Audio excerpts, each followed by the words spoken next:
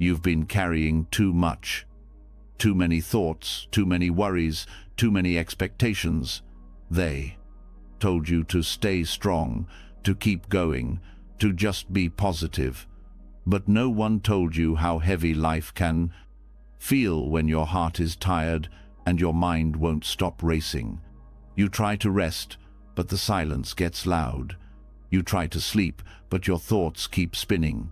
You smile during the day, but deep down you feel overwhelmed, like you, 39, re-holding your breath underwater. The truth is, you don't need more pressure.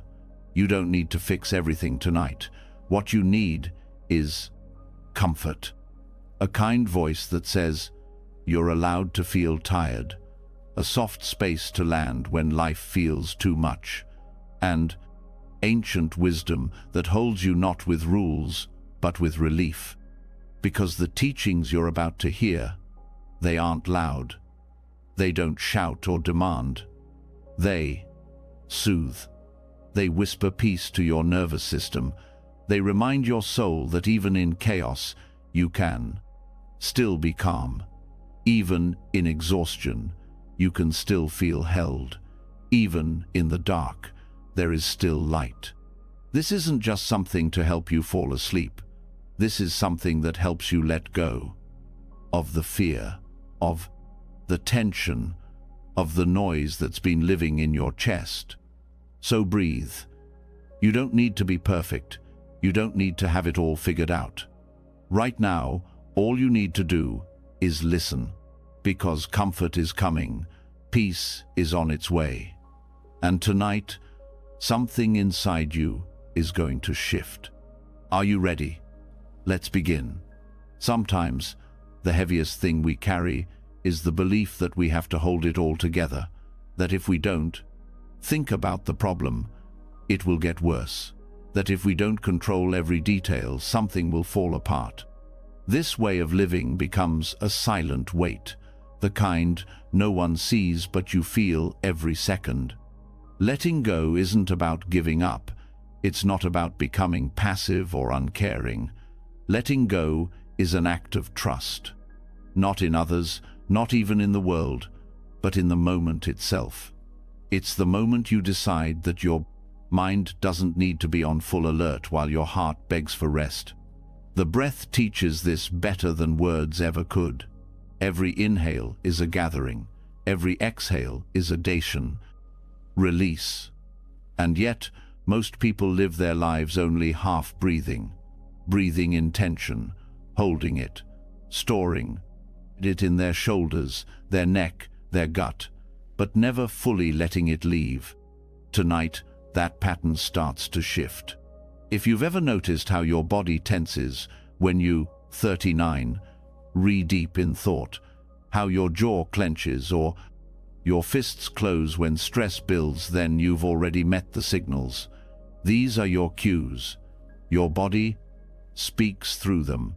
It's asking you to let go, not with words, but with breath. Take a moment now without changing anything. Just notice your breathing. Don't fix it. Don't make it deeper. Just feel it. Is it shallow? Is it tight? Does it pause in the middle as if unsure whether to keep going? That hesitation you feel, that's the moment you can change everything. When you exhale with intention, you send a message to your nervous system. I am safe. I don't need to brace. I don't need to defend. The muscles that tighten during the day, the ones that protect you, guard you, help you push through, it's okay for them to soften now. Releasing isn't loud. It's not a breakdown. It's quiet. It's the way leaves fall without resistance. It's the way rivers don't argue with rocks, they flow around them. Letting go emotionally is like that. It doesn't require drama. It requires honesty. There's an exercise used in certain mindfulness practices called softening around the emotion. The idea is simple but powerful. Instead of resisting what you feel, fear, sadness, frustration, you notice it. You Sit beside it like you would sit beside a tired friend. You breathe, and you say inwardly, "It's okay for this to be here, and it's okay for it to go." We're taught to push pain away, distract, escape, numb. But what if your pain isn't a problem to solve, but a signal that something in you is ready to be released, not fixed, not solved, just released? Breath is how we begin. Inhale, feel the tension rise like a wave. Exhale, feel it leave like mist. This is not performance. There's no perfect way to do it. If your breath is shaky, that's okay. If it's shallow, that's okay too. What matters is your awareness. The decision to stay present instead of collapsing into thought spirals. Throughout the day, we build up micro moments of stress, tiny things. An email that annoyed you, a conversation that didn't go right, a look someone gave you that made you feel small. These moments don't disappear. They collect, like dust on a shelf, and at night they often rise back to the surface. The body remembers what the mind tries to forget. That's why this practice matters. Each breath is a quiet clearing. Each exhale a broom sweeping the broom, sweeping the broom, sweeping the broom, sweeping the broom, sweeping the broom, sweeping the brooms. Nervous system. You may not notice change instantly, but something deep within you will. If emotions come up as you do this, let them. That's not weakness, that's truth. Sometimes we need to feel in order to finally be free. There's a technique called noting in Vipassana meditation. You observe what arises in the mind and label it softly: worry, tension, planning, regret. You notice it, and then you return to the breath.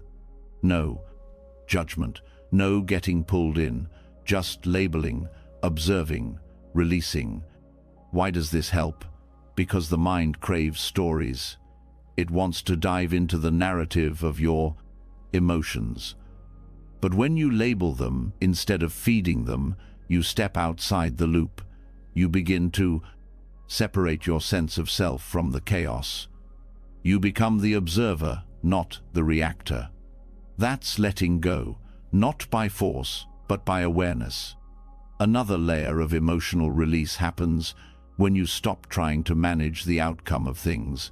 So much of our stress comes from clinging to how things should go, how people should behave, how our life should unfold.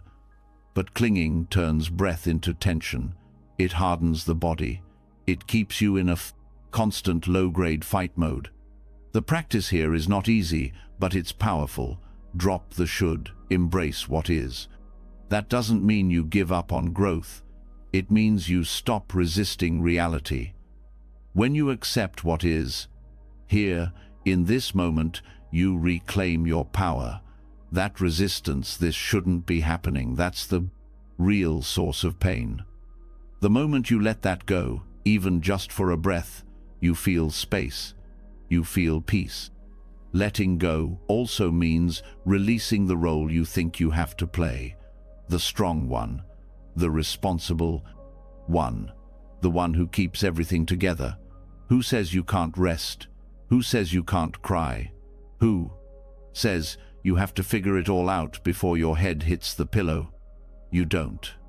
There is something deeply healing about being honest with yourself, especially before sleep, saying, "I'm overwhelmed. I'm tired." And that's okay. That honesty makes space. And in that space, healing begins. We often believe that if we don't keep thinking about something, we'll lose control. But thinking isn't the same as solving. And control is not the same as peace. Letting go isn't forgetting. It's not pretending you don't care. It's saying, this thought, this worry, this pain, it's real, but I don't need to carry it through the night. Release doesn't mean you erase your past. It means you stop dragging it into your present. Sleep is the body's way of resetting, but if your mind is still sprinting when your eyes close, that reset can't begin. That's why emotional release before bed is not a luxury, it's necessary. Try this tonight. Before bed, put your hand on your heart. Not to force comfort, but to reconnect. Feel the rise and fall, the quiet drum that's been beating all day without thanks. Then say, gently, inside yourself, you've done enough for today. Let go now. Not because everything is fixed, not because you figured it all out, but because you deserve peace, even in the middle of the unknown, especially in the middle of the unknown. Letting go isn't one big act. It's a collection of small choices, each breath, each moment you don't chase, the thought, each second you say, I can rest now. When you begin to treat rest as sacred, your body listens, your mind follows, not immediately, but eventually. Over time, sleep becomes not just a physical act, but an emotional release, a ritual, a return. You may find, as you continue this practice, that your dreams change, that your mornings feel lighter, not because your life became easier, but because you stopped gripping it so tightly. Letting go gives life back to you, breath by breath. So tonight, instead of trying harder to sleep, try softer. Instead of reaching for control, reach for presence. Let your body be the guide. Let your breath be the anchor. Let your awareness be the gentle hand that says, you don't need to hold everything right now. There is a part of you that already knows how to release. It's the part that sighs when you see a sunset. The part that softens when someone says, it's okay, I've got you. That part still lives in you. It always has. You don't need permission to let go, but in case you've been waiting for it, here it is. You're allowed to stop. You're allowed to breathe. You're allowed to exhale not just air, but the weight you've been carrying. Let tonight be the night you don't fall asleep with clenched fists. Let it be the night your body learns that rest is not weakness, but wisdom. Not because everything is okay, but because you are still here, still breathing, still worthy of comfort. Let go now. Not all at once, not perfectly. Just one breath at a time. And once you've softened enough to let go, really let go, you'll notice something begins to shift. The weight doesn't disappear overnight. The noise doesn't vanish instantly, but the way you hold it changes. Lighter, gentler, more alive. There's something beautiful about what comes next. Not silence, not blankness, but presence. The kind that turns ordinary moments into sacred ones. And when you approach sleep not as an escape, but as an offering, something sacred starts to bloom. Because your bed isn't just a place to rest your head, it can be more. It can become a space where healing begins. A place where you return to yourself, not to perform, not to achieve, not to impress, but simply to be. What if every night wasn't just the end of a day, but the beginning of something meaningful? Something slow, something holy. That's what happens when your pillow becomes your altar.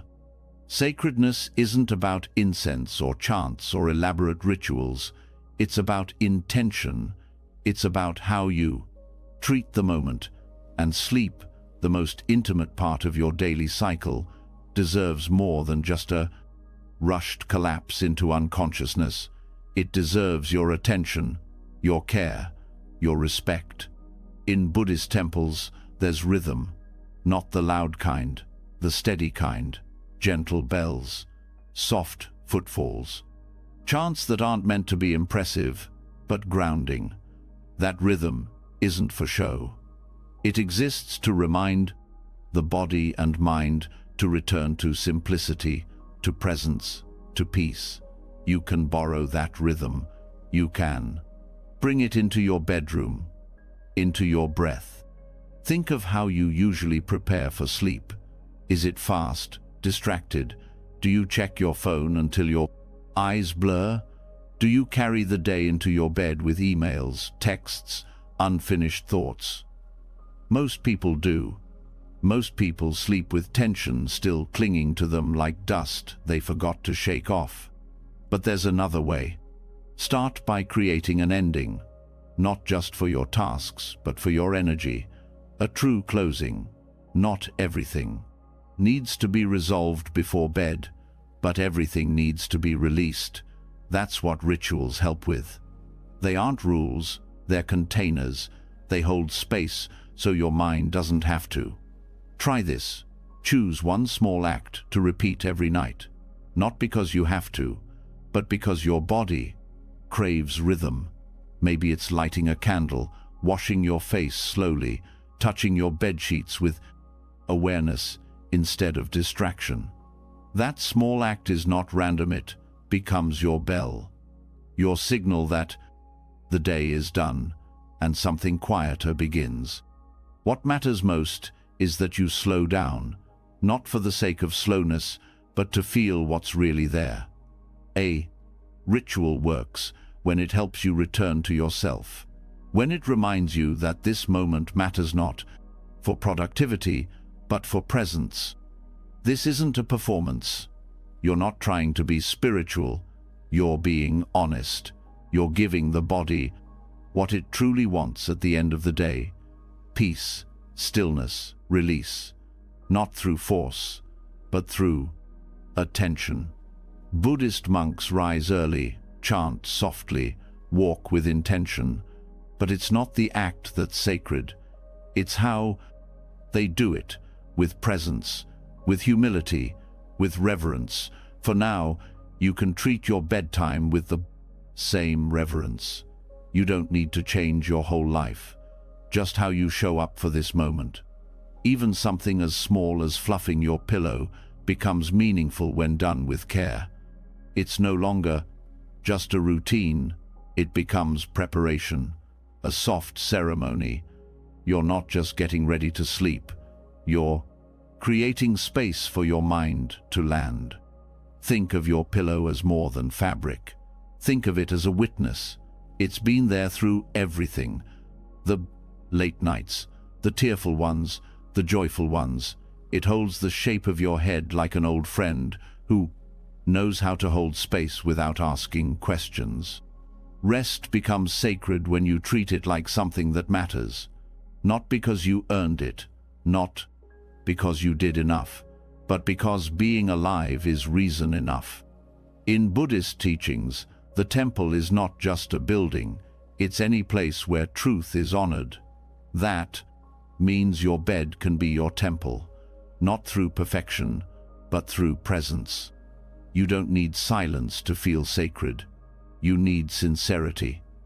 That's the difference between collapsing into bed and arriving in bed.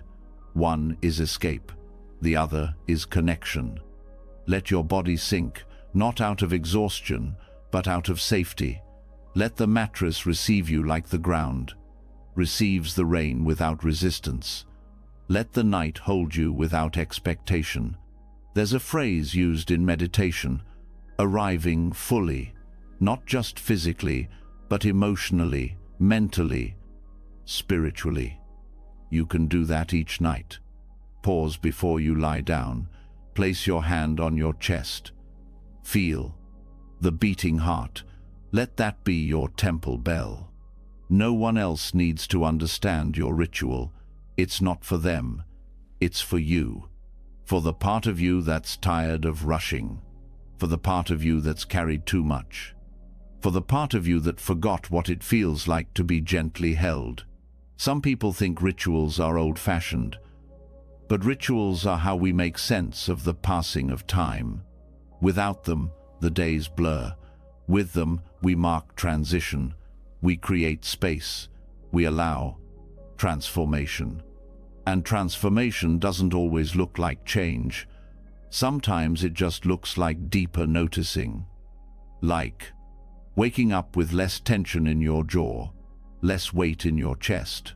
You can end each day the way monks end their evening chantno, with a grand finale, but with a whisper, a soft return to breath, a nod to impermanence, a quiet thank you to the day, even if it wasn't perfect, especially if it wasn't. Even brushing your teeth can become a ritual if done with awareness, noticing the sensations, the temperature of the water, the way your feet feel on the floor. Every ordinary moment holds the precious potential for depth if you let it. That's what makes the pillow an altar, not the object, the intention, the way you arrive, the way you surrender. This is where you meet yourself without distraction, without roles, without the armor you wear during the day.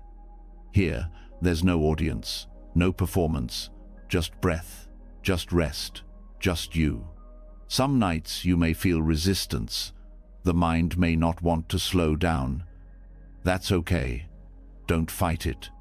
Let the ritual carry you. Let it hold you the way rhythm holds a chant, steady, calm, patient. This is where you learn the art of trust. Trust that you don't need to carry the entire world into your dreams. Trust that your body knows what it's doing. Trust that silence is not empty. It's full of healing. Create a phrase that belongs only to you, a mantra for your night. It doesn't need to be poetic. It just needs to feel honest. Something like, I return to myself now, or it's safe to rest. Let it be simple. Let it be real. Repeat it with your breath. Let it anchor you. The brain loves rhythm. It responds to repetition. That's why rituals work. They're not magic, they're memory. The body begins to associate the pattern with safety. Over time, your system learns. This is when we let go. This is when we rest. If you light a candle, let it mean something, not just for scent or ambiance. Let it be your reminder. Light still exists, even in darkness. Let it signal a shift, from effort to ease, from thought to presence. You don't need an entire ceremony, you just need consistency. That one moment each night that says, I honor this space, I honor my need to stop, I honor the silence as much as I honored the noise. When the lights go out, let that be a blessing. Let darkness become your cloak, not your fear. A space where nothing is asked of you except to simply be. The more you return to this nightly rhythm, the more it becomes your teacher. It shows you what matters, what doesn't, what needs to be carried, what can be put down. Ritual does not promise perfection. It promises presence. And presence, when repeated over time, becomes healing. No one can do this part for you, but once you begin, you'll realize it's not effort, it's nourishment. It's the meal your soul's been asking for. So tonight, when you prepare for sleep, prepare with care, not with urgency, but with reverence. Even if the day was hard, even if your mind is cluttered, let the act of laying down become a sacred return. Let your pillow hold more than your head. Let it hold your release. Let it hold your trust. Let it hold every silent thank you that you were too busy to say during the day. This is not the end of the story, just the soft pause between chapters. And how you pause changes everything. Close your eyes, not as escape, but as arrival. Let this be your rhythm. Let this be your altar. Let this be your night. And once the rhythm is set, once the night begins to wrap around you like a soft vow, you realize something else waiting beneath the stillness, beneath the breath, beneath the ritual. A quiet question that stirs in the dark. Who are you when there's nothing left to hold? When there's no schedule, no mirror, no name being called, what remains? Not as a crisis, but as a gentle wondering. a soft loosening of everything you thought you had to be. Because some of the weight you carry isn't from tasks, it's from identity. And now, in the silence of midnight, it, 39's, finally safe. To explore what happens when you let go of even that.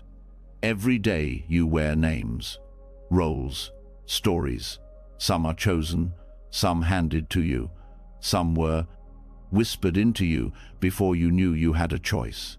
You wear them like skin: mother, leader, partner, fixer, quiet one, strong one, anxious one.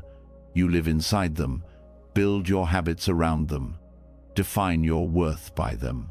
And then you go to sleep wondering why you still feel so heavy. It's not your fault. The world trains us to be someone, to have a label, a category, a status. But those identities, helpful as they can be during the day, aren't always meant to follow us into the night, especially when you're trying to rest. Because underneath all the labels, there's something simpler, something clearer, something untouched by pressure, expectation, or comparison. That something is not a thing at all. It has no name, no brand, no backstory. Buddhist teachings call it anatta, no self, not meaning you are nothing, but meaning you are not what you cling to. You are not your thoughts. You are not your habits. You are not your past.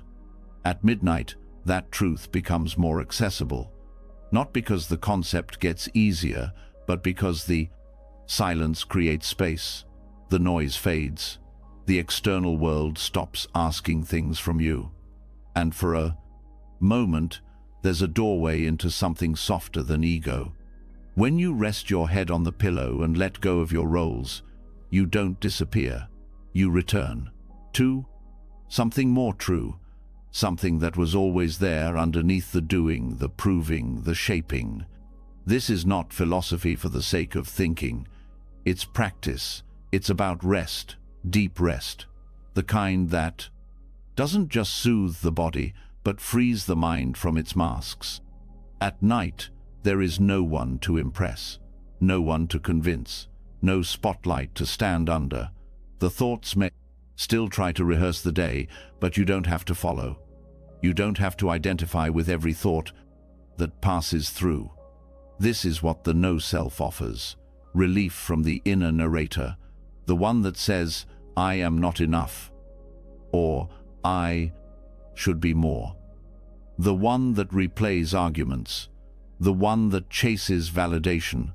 All of that relies on the story of self. And while stories can be useful, they can also become prisons. Freedom begins when you realize you can watch the thoughts without being the thoughts. You can feel emotion without becoming the emotion. You can experience tiredness without turning it into failure. Thoughts will say, "I am anxious," but you can reframe it to, "Anxiety is present." Thoughts will say, "I am failing," but you can soften it to, "Struggle is arising." You are not the storm, you are the sky. This small shift, done regularly, unhooks the mind from clinging. It doesn't erase difficulty, but it removes the stickiness. It allows rest, and it opens a kind of peace that isn't based on external calm, but internal spaciousness. Let's make this even simpler. Before sleep, when you notice a thought arrive, pause. Don't follow it. Don't push it away either. Just name it gently. Judgment, memory, planning. Say it without attachment. Then return to breath. This isn't a mental trick. It's a form of untangling. You don't have to be anyone while you sleep. Not a good person, not a success story, not the one who's always strong. The bed does not require an identity to support your body. The night does not ask you for credentials. Rest becomes deeper when the self becomes softer. The pain of being human often comes from gripping too tightly to an idea of who we're supposed to be. That grip creates resistance. Resistance creates tension, and tension steals rest. If you can loosen that grip, even just a little, you create space for something different, not emptiness, but fullness without burden, a presence without pressure. You are not erasing yourself, you are unbinding yourself. In some meditative traditions, teachers say, let go of the meditator, meaning don't even identify as someone who's doing it right. Let go of even that effort. Just be awareness, just be breath. This teaching is powerful before sleep, because the deeper you try to rest, the more identity can sneak in. I should be more peaceful. I'm not relaxed enough. Why can't I shut my brain off? These are identities, disguised as thoughts. You don't have to believe them. You don't have to fix them. You can notice, release, and rest. The silence of night is fertile ground for these insights. You don't need special training. You just need to stay. Stay with the breath. Stay with the presence behind the performance. Every label you carry becomes quiet when you don't feed it with attention. You are not removing value from your life by releasing identity. You are uncovering the peace that identity sometimes blocks. And when that peace is felt, truly felt, it changes your relationship to everything. Not all at once, but slowly. You stop chasing rest. It starts arriving on its own, because you're no longer defending a self that needs constant validation. Even the idea of being a good sleeper can become an identity, and with it, pressure. Pressure brings tension. So let go of the need to be anything, even someone who lets go well.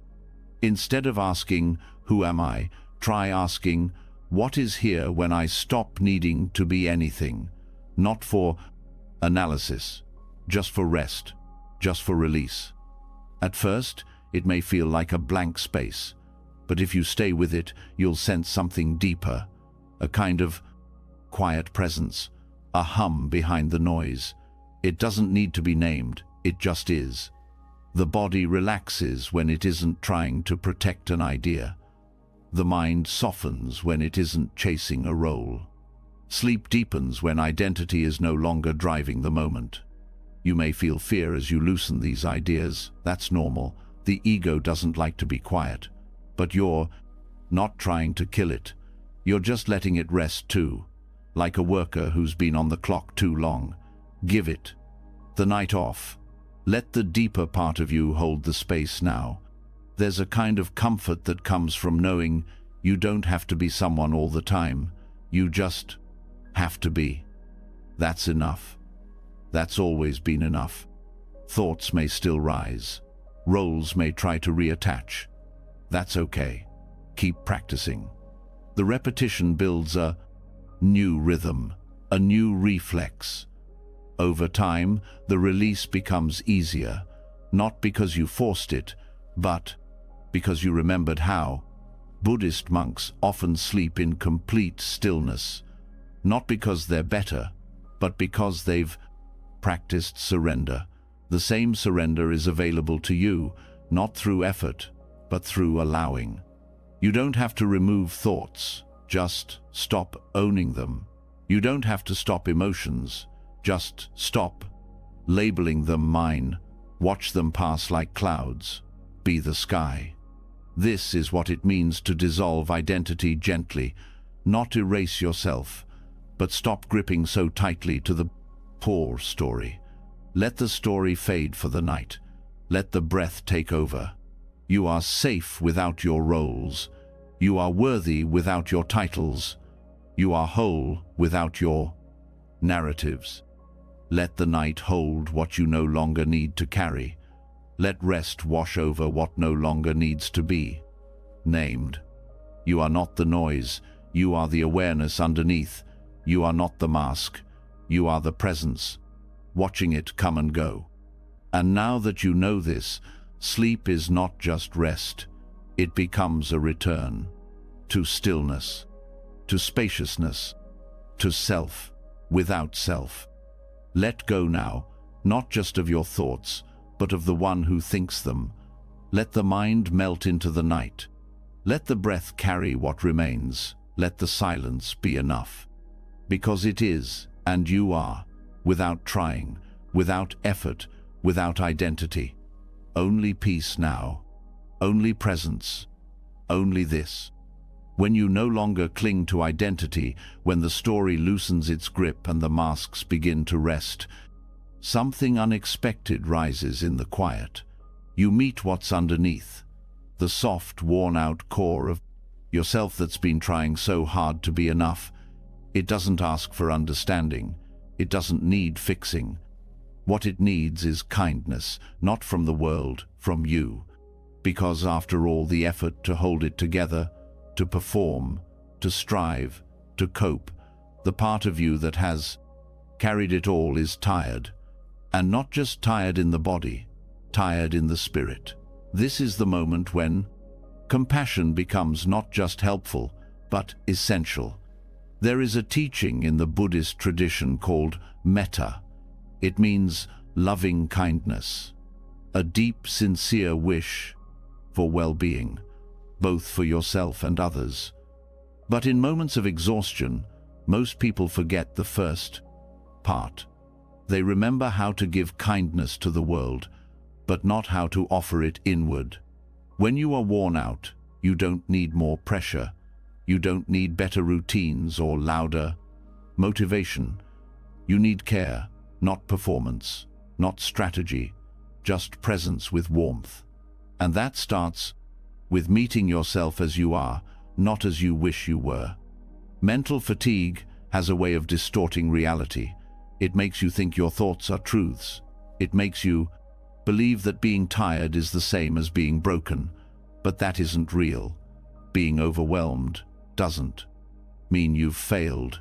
It means you've reached the edge of your current resources, and that edge is not your fault. The antidote to this isn't to try harder, it's to respond differently, with gentleness instead of judgment, with acceptance instead of blame. You do not motivate a tired soul by yelling at it. You meet it like you would meet a child who's been crying for hours, not with force, with kindness, with steady hands and quiet understanding. Loving kindness begins with the decision to stop fighting yourself, even when you don't feel strong, even when you feel like you don't deserve softness. That's often when you need it most. Metta is not a reward for perfection. It's a practice for the imperfect. You begin simply, in silence, in stillness, not with loud declarations, but with the smallest whisper inside. May I be at ease. May I find peace. May I let go of harshness.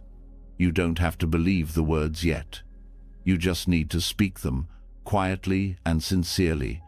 Let them echo in the background of your breath. You can place a hand on your chest or your belly if it helps bring you closer to presence. Feel the warmth there, the rhythm. The body still working for you, even when your mind feels lost. This is not an affirmation exercise. It's not about forcing positivity. It's about reconnecting to the quiet truth that you are worthy of kindness simply because you exist. Metta grows with repetition.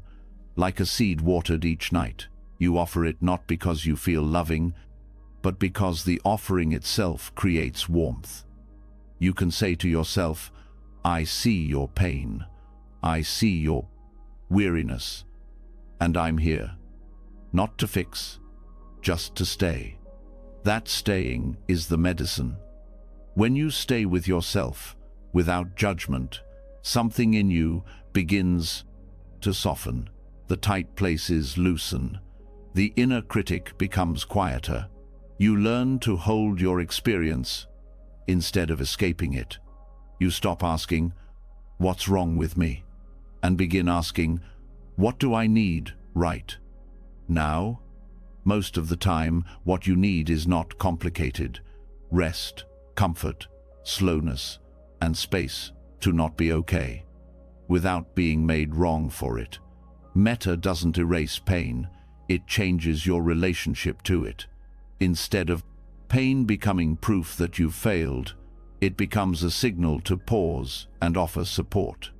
When you extend kindness to yourself, you begin to repair the part of you that thinks love must be earned. You remind yourself that worthiness is not a transaction, it's the ground you're already standing on. In the face of mental fatigue, loving kindness is not indulgence, it's resilience. It is what allows you to rest without guilt, to stop without shame, to heal without apology. There's a quiet strength in being able to say, I am doing the best I can, even if the best looks like barely holding on, even if the best is messy, even if the best is simply getting through the next breath. In Buddhist practice, the phrases of metta are repeated with calm attention. May I be safe, may I be well, may I be peaceful, may I live with ease. These aren't magic words, they are reminders, anchors. They speak directly to the nervous system, calming the places that feel chaotic, overwhelmed, or unloved. Mental fatigue makes the world feel sharp. Thoughts race, emotions blur. But loving kindness offers a soft edge. It reminds you that you don't have to be your energy level. You don't have to become your burnout. You are still you beneath it, whole, intact, worthy. Practicing this doesn't require silence. It doesn't need a meditation cushion or perfect posture. You can do it lying down, with eyes heavy and breath uneven. The only requirement is willingness. A willingness to be with yourself, gently, without pushing. Even one moment of true kindness can begin to reset the system, one breath paired with a sincere phrase. You can say it out loud or just think it. May I allow myself to rest? May I let this be enough? Over time, you begin to feel the difference. The same exhaustion feels lighter. The same thoughts feel less convincing, because you're not adding the weight of self-judgment on top of them. Compassion isn't passive, it's powerful. It's what allows you to move through difficulty without breaking. It's what brings steadiness when everything else feels uncertain. There may be nights when you forget to practice, nights when the fatigue feels louder than the kindness. That's okay too. Metta is not a scorecard, it's an invitation. One that is always open, no matter how many times you miss it. The more often you offer loving kindness to yourself, the more natural it becomes, like a muscle that grows through use. You may even begin to feel it spread outward, toward others, toward strangers. But it always starts with you, not out of selfishness, out of balance. You cannot pour compassion into the world if your own well is dry. You cannot give freely when you withhold care from yourself. So let the practice begin with your own weariness, your own need, not because it's perfect timing, but because it's the honest truth. Loving kindness for the worn-out self looks like permission, permission to rest without earning it, permission to say no without guilt, permission to feel without fixing, permission to be held by your own awareness. You do not have to wait for someone else to offer this to you. You can be the one who says, "You're allowed to stop now. You've done enough. You are enough, right here as you are." This is not sentiment. It is practice. Deep, steady, grounded, repeated night after night, until the mind learns to receive it and the body believes it. Even when everything feels tight, there is a part of you that can soften. Even when the day has emptied you, there is a voice inside that can still say, "I am with you, even now." You are not a project, you are a being, a human being, who feels, who breaks, who heals, who who tries. And trying alone is worthy of tenderness. May the rest you offer yourself tonight come without conditions. May the breath you take now remind you that you belong. May the quiet you feel in your chest be a sanctuary you can return to any time. And even if your thoughts resist, even if your emotions feel tangled, keep returning, keep offering, keep softening, not for performance, for peace. This is metta. This is loving kindness. This is your medicine. You've tried pushing, you've tried proving, you've tried pretending everything was fine. Now try love, quietly, steadily, deeply, especially when you feel like you don't deserve it. Because that is when it matters most, and that is when it begins to heal. And once you've offered kindness to the parts of yourself that feel worn and overused, a new kind of silence enters. Not the kind that feels lonely, the kind that feels like space. Space that opens up after judgment softens, after pressure loosens. And in that space, the mind finally starts to settle. But even in peace, thoughts don't disappear. They drift in, they linger, they repeat. That doesn't mean you're doing something wrong. It means you're still human. The question is not how to stop them. The question is how to meet them differently. Thoughts are not problems unless we hold them too tightly. Thoughts become heavy when we believe they define who we are or demand our attention. But thoughts, at their core, are just movements, passing currents, temporary flickers of mental activity. They don't need to be controlled. They need to be seen for what they are, fleeting. This is where visualization can become a powerful ally, not as distraction, but as a soft tool for release. In Vipassana practice, there is a visualization often used to help people unhook from thought patterns that loop endlessly. It is the image of a stream, calm, steady, continuous, and on the surface of that stream are leaves, light, drifting, carried by the current. Each leaf holds a thought. You don't choose which thought appears. You don't control the stream. You just observe. You place the thought gently on the leaf and watch it go, one after another. No rush, no force, just quiet noticing. This practice is not a trick to stop thinking.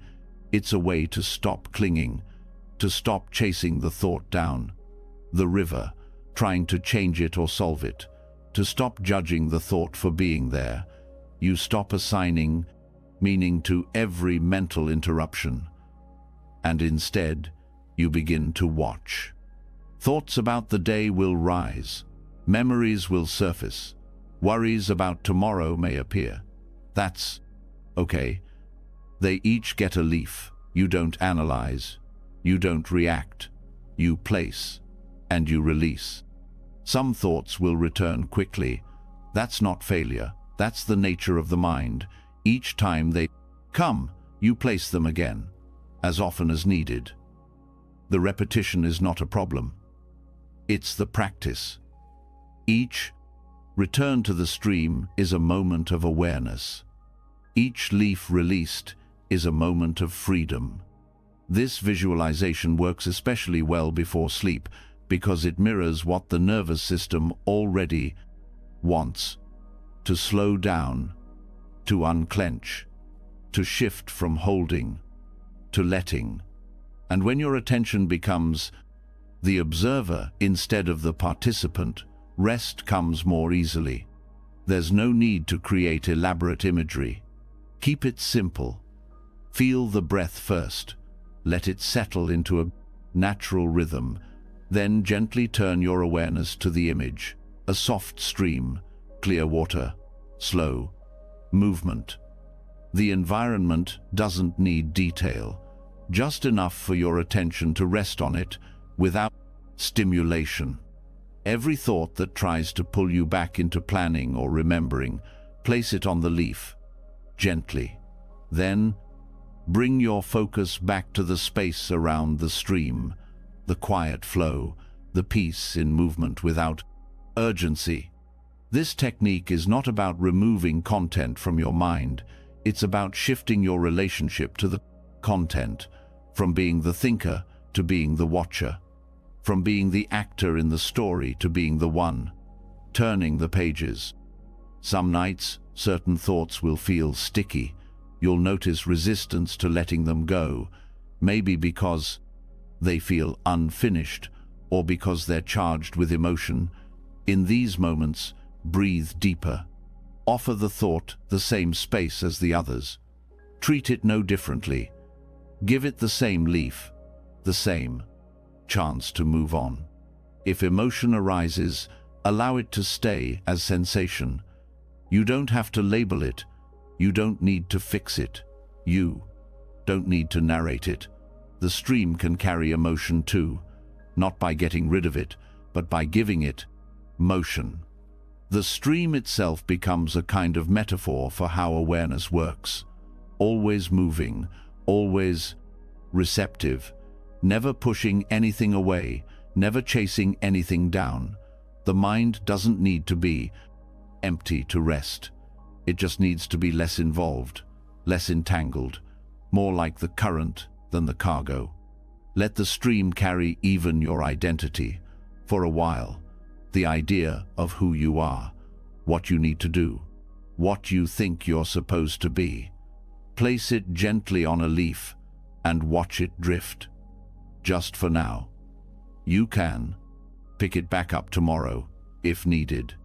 But for tonight, you are more than the sum of your thoughts.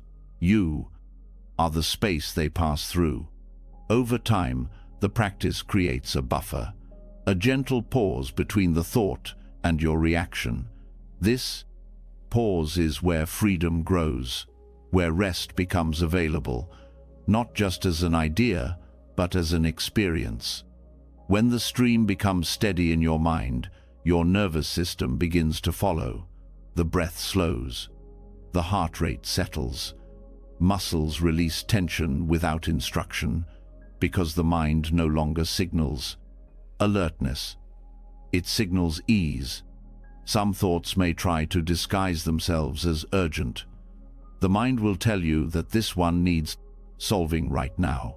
You will feel the urge to get involved, to think it through. This is where the practice strengthens. You recognize the urgency as just another thought. It too goes on a leaf. It too drifts. There's no finish line to this, no moment when you've won. The practice is circular, like the breath. Like the stream, you keep returning, you keep watching, you keep releasing. Each time you build trust in your ability to let go. Even 5 minutes of this can change the tone of your night. Even one breath of true witnessing can reset your system. There is no minimum, no requirement. The effort is not in achieving, but in allowing. This isn't escapism. It's presence. Presence with softness, with space, with perspective. You don't float above your mind. You float with it, side by side, aware, calm, detached. Letting go doesn't mean forgetting. It means no longer gripping. And as thoughts float away, they lose. Their sharpness, their intensity fades. You stop defining yourself by them. You stop giving them all your energy. They become what they are, temporary. Sleep is not just for the body, it's for the psyche, for the deeper parts of you that don't need more stimulation, but less. Not less thought, less attachment to thought. The stream can carry everything, even your plans, even your doubts, even your deepest confessions. It doesn't judge, it doesn't hold, it moves. That movement is what sets you free. No matter how busy the mind has been today, this moment is a chance to shift. You don't have to fix what was stirred up. You don't have to finish the loop.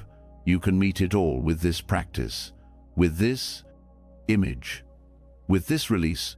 The mind is not your enemy. It's just noisy. The stream doesn't fight the leaves. It welcomes them and keeps moving. So can you. There will always be more thoughts. The stream doesn't need them to stop. It only needs your awareness to change, from holding to placing, from clinging to watching. And as you drift further into stillness, the stream will carry your thoughts even before you name them. The habit will build. The current will strengthen. You will begin to feel a gap between what you think and who you are. That gap is peace. Let the practice continue, even if your focus drifts, even if sleep begins to blur the edges. Let that be part of it. The mind will soften, the breath will slow, thought will become light, and when rest finally takes over, it will feel earned, not through effort, but through surrender. No need to force anything, no need to control the pace. The stream flows on its own. All you have to do is trust its rhythm, trust its way, trust that it knows how to hold what you no longer need to carry. Let go now. Let the leaf take the weight. Let the current carry the noise. Let sleep arrive, not as a command, but as a gentle result of having released the mind from its grip. You've thought enough. You've held enough. Now it's time to drift, soft, light, clear, resting as the sky, while your thoughts float by. And in that stillness, everything begins to change. When the thoughts begin to drift downstream and the current carries them gently out of reach, what remains is often something quieter but heavier. Beneath the clutter of what-ifs and endless planning, there, 39, the subtle ache of regret. Not loud, not dramatic, just a soft pull in the chest, a feeling that something today could have gone differently.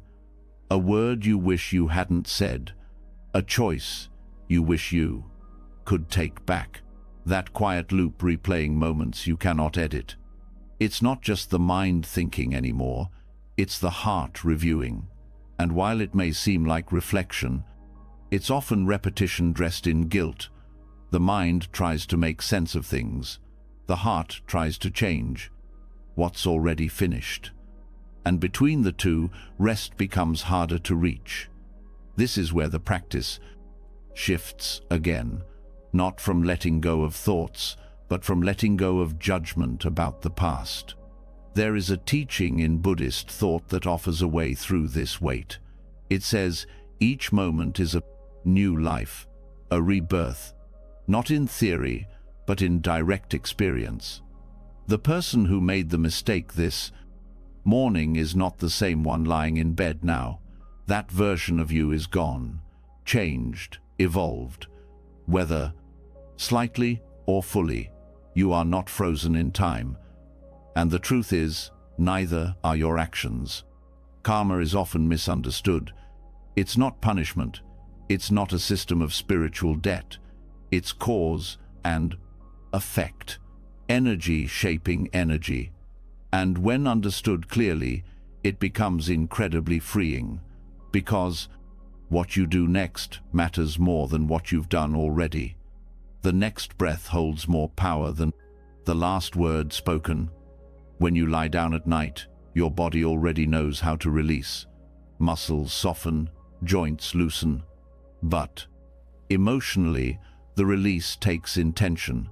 That intention begins by recognizing that regret is not a sign of failure. It's proof that you care. It shows you've grown enough to wish things had been done with more kindness, clarity, or strength. But growth is not served by guilt. Reflection helps only when it's paired with compassion. So you meet the regret not with punishment, but with understanding. You say to yourself, I see the moment I wish I could redo. I honor the feeling it brings. And now I release it. Not because it wasn't real, but because holding it longer will not make it better. This is not avoidance, it's wisdom, because dwelling doesn't heal, presence does. The cycle of karma, when seen clearly, gives you permission to start fresh with every breath. It allows space between moments. It says you are not the mistake. You are the awareness learning from it. Letting go of regret means giving yourself back your own energy. Energy that gets stuck when you loop inside memory. That energy could be used for repair if needed, for change if possible, for rest always.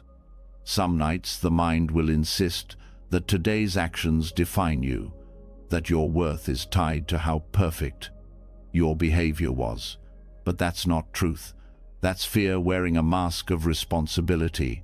True responsibility says, I learn, and then I move forward. I grow, and then I rest. I stumble, and then I rise again, not by force, but through release. To let go of regret is to trust that you are a process, not a product, that your life unfolds in chapters, that each page is meant to turn, no matter how it was written. Some pages will be messy, some will be graceful. All of them matter, but none of them define the whole book. This practice begins with breath. As always, it returns to breath. The breath you're taking now is not the same as the one before it. Each breath is a signal. Renewal is always available. And with each exhale, you send a message to the heart. It is okay to rest now. It is okay to let today close. One of the most compassionate things you can do for yourself is declare the day finished, not because it was perfect, but because it was enough, because trying to relive it won't change it, because the version of you that lived it is already dissolving into memory. That's not loss, that's freedom. Visualize it like this. Each moment is a footprint in the sand. The tide of sleep washes over it, and in the morning you walk again with new steps. But tonight, the footprints don't need to be preserved. They were real, they mattered, and now they can be softened. The act of releasing regret does not mean you ignore accountability. It means you do not carry the past as your identity. You carry it as a teacher, one that does not shout, one that does not demand, one that whispers gently, you are still growing. When emotions rise as you try to release the day, let them speak, let them move, then let them go. You don't need to keep explaining the moment to yourself. The mind will want to dissect. That's habit, not healing. Instead, try this. Speak to yourself as if you were someone you love. If they came to you with the same regret, how would you respond? Would you scold? Or would you say, it's okay to feel this, it's okay to grow from this, and it's okay to rest now? Offer that same care inward. Say the words you wish someone had said to you. Say, I forgive the me who didn't know better. I release the version of myself who acted out of fear. I welcome rest, not as avoidance, but as healing. These phrases are not for performance. They are not about pretending the pain isn't there. They are invitations to feel it, bless it, and let it return to the past where it belongs. You can place each regret on a breath. Let it rise in awareness. Let it be seen. Then exhale it. Let it move. Away like mist. Don't rush the process. Don't cling to it either. Just stay present with it. Let the breath be the bridge between the pain of the past and the peace of the present. The body follows where the mind leads. When the mind releases regret, the body begins to rest. The chest loosens. The stomach softens. Sleep becomes easier, not because the day was perfect, but because the burden of perfection is no longer being carried. There is beauty in unfinishedness, in not having all the answers, in being a work in progress that is still allowed to rest. You don't need to wait until you've fixed everything to feel peace. You just need to stop arguing with the past long enough to hear the quiet voice of truth. You are still allowed to be gentle with yourself. This truth changes the way you view your nights. No longer just an ending, but a return. A return to the Sate's simple fact that you are here, you are aware, you are learning, and you are free to let the day end. No matter how today went, it does not own you. No matter what was said, it does not define you. You do not owe the past your sleep. You do not need to repay the day with your rest. Tonight, you give yourself back the right to pause, to close your eyes without guilt, to enter sleep without punishment, to embrace the soft reset that each breath offers. Because tomorrow will come, and with it, new choices, new chances, new clarity. But tonight, all that matters is this: the moment is enough, you are enough, and the past cannot follow you unless you carry it. So you place it down, gently, not out of bitterness, but out of love. Love for the version of you that tried. Love for the part of you that wants to rest. Love for the peace that waits just beyond the noise. Let today be complete. Let the mind be quiet. Let the breath carry you into a place where time slows, and regret fades, and healing begins without effort. You are not your mistakes. You are the one who sees them. You are the one who grows. And now you are the one who rests. Not because it's perfect, but because it is time, because you are ready, because nothing more is needed tonight. The day is done, the weight is set down, and the next breath is yours.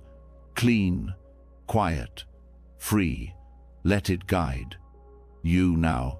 Let it lead you home. When the day is finally released and you stop dragging the weight of what already happened, there's an unexpected stillness that shows up. But for many, even in that stillness, a deeper layer begins to stir. Not regret this time, but something else. A dull hum that doesn't leave easily. The kind of restlessness that doesn't 39.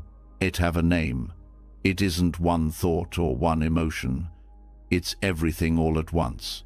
A quiet sense of being consumed by too much. That is the shape of overwhelm. And if you're not careful, it slips quietly into your nights. The body may be tired, the breath may be slow, but somewhere in the background, the overwhelm lingers like a low current. It tells you there, 39, more to worry about. That sleep is just a pause before the read's next round begins. And when this becomes the story your mind believes, rest becomes resistance. You don't feel safe closing your eyes. You don't feel like anything is truly done. And that's when anxiety grows in silence. But there is a way through this kind of overwhelm, and it begins with changing how you see it, not as something that defines you, but as something that passes through you, because nothing that comes from the mind ever stays. It only seems permanent because you've been staring at it too closely. In Buddhist teachings, this movement of constant rising and falling is described through the idea of samsara, not as a place, but as a pattern, a cycle of clinging, craving, aversion, and confusion that repeats again and again. It's not just an idea about life and death. It's something that happens hundreds of times each day. A thought comes. You cling to it. An emotion arises. You push it away. A fear surfaces. You believe it. And so the cycle keeps moving. But what if, in the quiet of your room, in the space between your breaths, you saw that cycle not as a trap, but as something you could slow down, witness, understand, and even soften? Overwhelm is not proof that something is wrong with you. It's a sign that the cycle has been moving too fast, too often, without rest. The mind has been spinning through stories and decisions and emotions with no pause. The nervous system has been on alert, ready for everything, unable to process anything fully. When you begin to recognize this cycle for what it is, you start to gain clarity. You stop trying to solve the entire pattern and instead observe its parts. That observation is what slows it down. Instead of being inside the swirl of overwhelm, you become the one who watches the swirl. You don't stop the thoughts. You notice them. You name the feeling, not as identity, but as a moment. This is tightness. This is urgency. This is pressure. These aren't truths. They are weather. You begin to see the mind like a sky and your experiences like clouds. Some move fast, some linger, some seem stormy, but none of them stay. The more often you watch without reacting, the more space you create. And that space is what lets the anxiety loosen. At night, this practice is especially powerful because the world stops asking for action. The emails are done. The conversations are over. But the mind keeps running out of habit. It keeps scanning, planning, trying to hold everything together. That's samsara in motion. A loop that feeds itself because no one told it to stop. So you become the one who interrupts the pattern, not by yelling at it, not by fighting it, but by slowing down. One breath, one noticing, one step away from believing every thought. You begin to understand that just because a feeling is present doesn't mean it needs to be followed. That just because the cycle exists doesn't mean you have to live inside it. This doesn't mean you escape your life. It means you see it more clearly.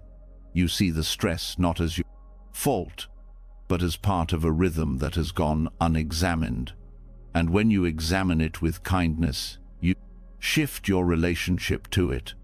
The overwhelm stops feeling like drowning and starts feeling like waves that rise and fall. You start to understand that the waves have always risen and fallen, but before, you were trying to hold your breath under them. Now, you let them move, you let them pass. This shift doesn't require you to be calm. It requires you to be honest, to acknowledge the cycle when it speeds up, to recognize the signs before the storm grows, and most importantly, to meet those signs with presence, not panic. When you label the feeling, you slow its momentum. When you breathe into the tightness, you stop the spiral. When you soften your body, even as your mind races, you signal safety. These small acts undo the cycle. They don't fix life. They reveal something underneath it. That something is stillness, not because your life is suddenly quiet, but because you're no longer believing that every noise needs your reaction. You allow things to arise without jumping into them. You see the thought and wait. You feel the fear and stay. You hear the urgency and breathe. And in those tiny pauses, samsara loses its grip. This doesn't mean the world changes. It means your relationship to the world begins to change. You're no longer rushing through moments as if they're fires to put out. You move slower, you speak softer, you hold yourself with more care. Because now you know that what looks like pressure is often just the cycle repeating, and cycles only keep moving when you push them. By stepping back, you let the wheel turn without dragging you with it. By resting your awareness on the breath, you create a new rhythm. A rhythm not of reaction, but of understanding. This is not denial. This is wisdom. The wisdom of knowing that you can't end the cycle by force. You end it by presence, by letting it be seen fully and choosing not to add fuel to it. That choice is quiet, invisible to others, but deeply powerful within. Overwhelm begins to lose its intensity. It still visits, but it doesn't stay long, because now there's space for it to move through, because now your breath isn't just air, it's awareness, it's permission to rest, even when things feel incomplete.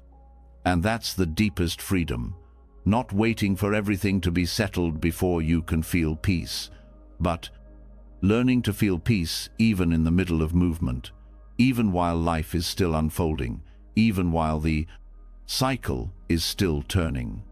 At night, let this be your practice. When the feelings of too muchness begin to rise, don't push them down. Don't try to outthink them. Let them be. Watch them move. Place your attention on what is constant: the breath, the sensation of your body on the bed, the sound of the quiet around you. Each time your mind wants to spin, bring it back, not harshly, gently, like guiding a child back to safety. This is how you teach your system that it doesn't have to rush, that there is another way to meet the night, with softness, with space, with the wisdom that cycles always turn, and you don't have to turn with them. You begin to rest, not because the anxiety is gone, but because it no longer owns you. You feel it come. You feel it go. You remain steady. That steadiness becomes your home. Samsara will always exist. The mind will always move. But suffering is not in the motion. It's in the clinging, in the pushing, in the need for every emotion to mean something. And when you stop assigning meaning to every wave, you begin to float. Let yourself float now. Let the feelings be clouds. Let the thoughts be echoes. Let your presence be wide, enough to hold them and soft enough to release them. You are not the cycle. You are not the pattern. You are the one who sees, who stays, and who rests, even as the world keeps spinning. When the cycle slows and overwhelm no longer pulls you in, something gentle and unexpected begins to appear. Beneath the stillness, there's a soft truth we often forget. Rest is not just for recovery. It is not only a personal act, it is a gift you offer to everyone you meet. When you rest well, you don't just restore yourself. You make space for the people around you to breathe more easily too. This may seem like a quiet concept, almost too simple to matter. But look deeper. Notice how much of the world's tension begins with tiredness. How arguments sharpen when sleep is thin. How compassion fades when the body is exhausted. How kindness disappears when the mind is stretched too far. Fatigue doesn't just wear down the self, it wears down your ability to serve anyone at all. The teachings of the Bodhisattva, the one who chooses to live with open eyes and an open heart for the benefit of others, remind us that compassion is not just action, it is energy, attention, presence, and these cannot be sustained when the foundation beneath them is unstable. When your inner state is worn thin, even the desire to care becomes strained. Not because your heart lacks generosity, but because it lacks the rest it needs to function fully. There is a mistaken belief that rest is selfish, that taking time to reset means you are turning away from the needs of others. But the opposite is true. You can only offer real service when your own center is steady. You can only listen deeply when your nervous system is not in chaos. You can only help someone rise when you are not already sinking. To rest well is to prepare yourself to meet life with clarity, to reduce harm, to stop adding noise. This is not about isolation, it is about intention. Choosing to pause with care, not because you are escaping others, but because you want to return to them more grounded, more awake, more compassionate. A tired body reacts. A rested one responds. A tired mind defends. A rested one listens. A tired heart shuts down. A rested one stays open. These are not abstract ideas. They are what shape your words, your choices, your presence in each conversation. The Bodhisattva's path is built not on heroics, but on steadiness. It is not about giving endlessly until there's nothing left. It's about knowing when to stop, when to breathe, when to return to stillness. So, your offering to the world is not laced with resentment, depletion, or fatigue. You have seen this truth without noticing it. Think of someone whose calm presence changes the room. They don't need to say much. Their energy brings balance. Their attention brings ease. That presence is not created by chance. It is built through rest, through returning to their own center again and again. This kind of rest is not the absence of effort. It is the foundation of right effort. It's the kind of pause that allows you to reflect on what truly matters before you speak or act. It is what lets you choose your words instead of reacting from habit. It's what lets you see another person clearly instead of projecting your stress onto them.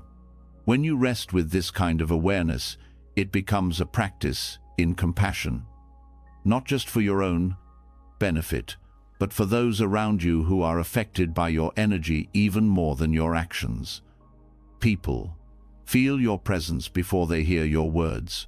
When your presence is calm, your influence is healing. When your presence is chaotic, your actions can still carry that chaos no matter how kind they appear. This is why rest must be seen not as a break from your role in the world, but as part of it, part of your ability to serve, to love, to guide, to lead. Without deep rest, your clarity dims, your patience shrinks. Your ability to see others as they are disappears under the weight of your own unresolved stress. Choosing rest is not a retreat from purpose. It is what keeps your purpose alive. It is also what keeps humility alive. A tired mind becomes self-centered quickly. It views the world as something to fight or conquer. A rested mind becomes spacious. It sees the whole more clearly. It does not rush to prove. It knows when to be silent, when to offer presence instead of answers. In the Bodhisattva's vow, there is a promise to remain with others through their suffering. But that does not mean abandoning your own needs. It means honoring the whole.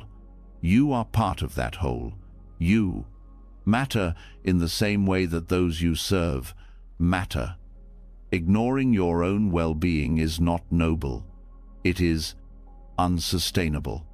Resting well means you are not teaching your body to run from effort. You are teaching it when to pause, so it can meet effort with grace. So you don't overextend, so you don't collapse later. It's the difference between burning out and burning steady. The act of lying down at night becomes more than physical relief. It becomes a ritual of service. You rest, not only so you can feel better. You rest so you don't pass your pain on to others. You rest to remember how it feels to be whole. You rest to remind yourself of what it's like to feel enough without needing to produce or fix or prove. From that wholeness, your compassion becomes authentic. Your help becomes cleaner, not rushed, not pressured, but born from stillness. You are no longer trying to save others to avoid your own discomfort. You are serving them from a place of overflow. It's not about being perfect before you serve. It's about being present. And presence is only possible when your system is grounded. Rest brings you back to the body. It slows the spiral. It opens the space where wisdom lives. Every night, when you choose to let the day fall away, you are also choosing to return to this wisdom. You are choosing to soften the edges that have hardened through stress, to give back to yourself so that tomorrow you are less likely to act from fear, less likely to speak from anxiety, less likely to tighten pain of others with your own. You cannot fix the world overnight, but you can end the day with care. That care ripples. It changes how you wake, how you move, how you respond when someone else is hurting. Compassion is not built on effort alone. It is built on renewal. Even the Buddha rested. Even the Bodhisattva lies down.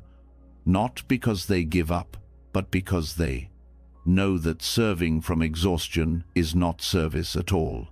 It is survival. You are allowed to rest, not just for yourself, but for the ones you love, for the ones you haven't met yet, for the ones who need your presence tomorrow, presence shaped by stillness, softened by silence, deepened by rest. So as you lie down now, let the breath remind you, each inhale is your return, each exhale is your offering, not to a task, not to a list, but to the shared space of life you move through with others. This rest is your blanket. It wraps around your nervous system and says, you don't have to hold the world tonight. You are still helping it by helping yourself. You are still giving by pausing the noise. Let this night be a reminder that rest is not in the way of compassion.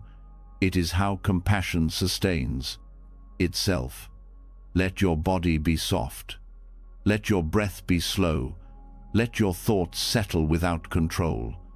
And know that each moment of stillness you enter now is shaping the kindness you'll offer later. This is not withdrawal. It is preparation. It is restoration. It is the kindness that begins before the day does. It is the compassion that covers not only others but yourself. A full circle, a quiet vow, a steady truth. You are allowed to rest, and in doing so, you are still helping more than you know. After offering yourself the kind of rest that nourishes not only your body but the world around you, you begin to sense a quieter form of power. Not one built from doing, but from being. Not one that speaks loudly, but one that pulses from within. It's the kind of strength that doesn't need words to communicate its depth.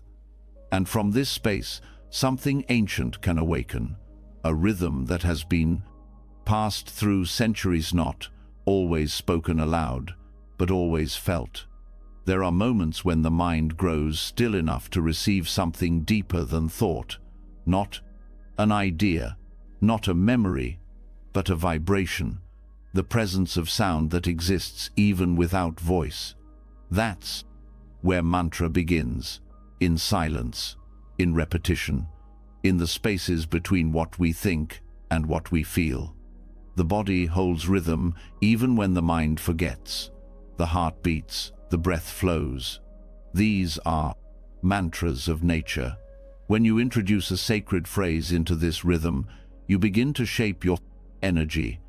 You give the mind something gentle to follow, something that doesn't demand, something that doesn't explain. Just a phrase, repeated softly within, guiding attention back when it wanders. Unlike affirmations, which try to convince the mind of something new, mantras bypass the mental debate. They don't argue, they don't analyze, they echo. And in the stillness of night, that echo becomes a doorway into peace. One of the most known and quietly powerful mantras from the Heart Sutra is Gate Gate Paragate. Para Samgate Bodhisvaha. This is not just a poetic sequence, it is a path, a progression. Gate means gone, gone beyond, gone altogether beyond, awakening, and so it is, not as a demand, but as a recognition. As you repeat it within, you are not trying to make something happen, you are aligning with what already is. Internal chanting is different from thinking. Thinking loops, chanting flows. It follows the breath, the putsaf, beat of your heart, the rhythm of your stillness. You are not trying to reach a goal. You are meeting yourself in the place beyond striving. To begin this practice, let the body settle first. Let the breath find its pace. Then choose one mantra. It doesn't have to be long. It can be just one phrase, one word. The mantra is not special because of its meaning. It's special because of your presence with it, because of the space it creates in your awareness. Repeat it softly inside. No voice, no sound, just the silent pulse of repetition. Not fast, not forced. Let it ride the wave of each exhale. Let it echo gently. When the mind drifts, come back to the phrase, not as correction, but as return. This return is everything. Each time you come back, the mantra deepens. It becomes not just a word, but a rhythm, a home, a place where the thinking mind softens and the nervous system begins to trust stillness again. There is a reason sacred sounds have existed across cultures. Long before written philosophy, there were vibrations, hums, chants, repeated tones. Because the body understands rhythm in a way the intellect does not. The cells respond, the breath aligns, the heart rate slows. Even without speaking, these sounds are alive within. You are not just remembering them, you are becoming them. Each repetition creates stability. It grounds your attention without needing analysis. It gives your mind something steady so it doesn't need to search. This is especially powerful before sleep. At night, the mind often looks for something to hold. When you give it a mantra, it no longer needs to reach into the past or project into tomorrow. It can rest inside something neutral, something gentle, something sacred. There's no wrong way to do this. The only guidance is presence. If you feel distracted, return to the phrase. If you feel sleepy, let the repetition become softer. It doesn't need to be perfect. It only needs to be sincere. If using Sanskrit feels distant, you can choose a mantra that feels close to your heart. Peace, let go, I am. Here, any phrase that carries calm and intention. The effect is not in the meaning alone, it's in the vibration of your awareness, repeating it over and over, until the repetition becomes effortless, until the phrase carries you. Over time, the mantra begins to repeat itself without your doing. It echoes beneath thought, like a quiet hum behind your day. That's not something to chase. That's something to allow, to notice. It's the nervous system remembering the rhythm, returning to it when tension begins to build again. These internal chants are like invisible blankets. They wrap around your thoughts and soften them. They do not erase the thinking mind. They quiet its sharpness. They do not reject the world. They give you a center from which to move through it with grace. You may find that some nights the mantra feels strong, like a steady current. Other nights it may feel faint. That's okay. Let it be what it is. The strength is not in volume, it's in presence. The act of returning, even when the mind wanders, builds a muscle of peace. There is a deep stillness found in silent repetition, a kind of stability that doesn't rely on your environment. You could be in noise or quiet. What matters is your internal alignment, your choice to sit inside the chant, like sitting in a sacred room. That room can go with you anywhere. Even during the day, when overwhelm creeps in, this practice becomes available. You don't need to close your eyes. You don't need a cushion, just a few repetitions inside your awareness. A return to the processing's sound that reminds you that you are not lost, you are not the thought, You are the space that holds it all. Internal mantras are also deeply compassionate. They do not judge. They do not demand perfection. They meet you exactly where you are, whether anxious, tired, peaceful, or scattered. The mantra holds, and in that holding, you begin to settle. Think of it like a lighthouse, always blinking, always present. It doesn't need to shine brighter. It only needs to stay. And as you move closer to it, your mind finds its way back. Not rushed, not corrected, just remembered. You are not chanting to impress anything. Not the world, not yourself. You are chanting to remember your own rhythm, the deeper current beneath the surface thoughts, the steady pulse of being that doesn't need proof. That repetition softens inner conflict. It creates cohesion where fragmentation existed. It brings the pieces of the day back together. It lets the heart rest without confusion. It lets the breath slow without fear. This is how mantra becomes medicine, not by changing your outer life, but by creating peace inside the peace life you already have. By showing the mind that it doesn't need to chase meaning in every corner. Sometimes peace is the meaning. Let the mantra follow you now, into your rest, into your dreams, into the places the waking mind cannot reach. Let it carry the softness of your intention and the strength of your awareness. Let it remind you that even in silence there is song. Even without words there is wisdom. This is your soundless chant, your internal prayer, your quiet revolution against noise and strain. Each repetition is a return. Each breath is a blessing. Each moment spent inside the mantra is another step into stillness. You don't need to try harder. You only need to stay.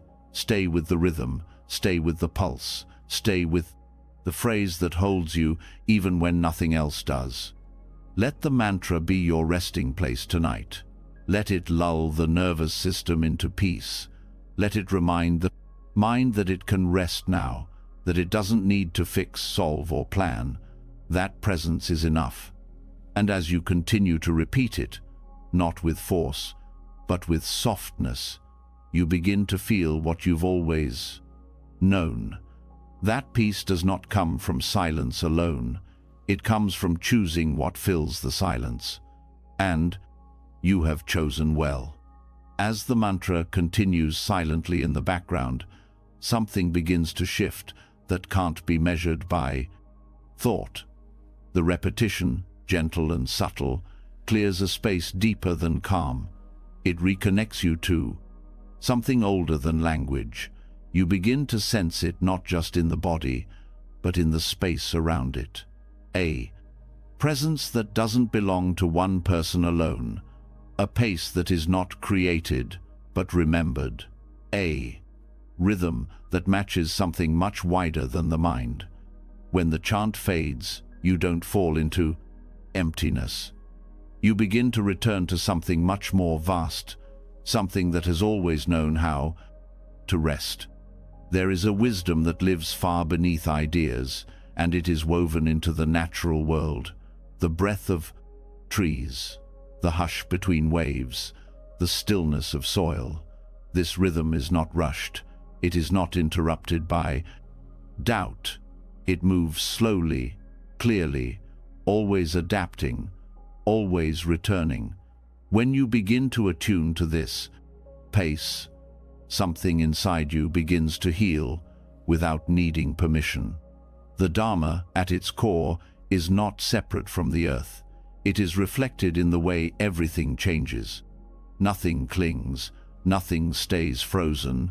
Trees grow and let go. Rivers carve through stone with patience.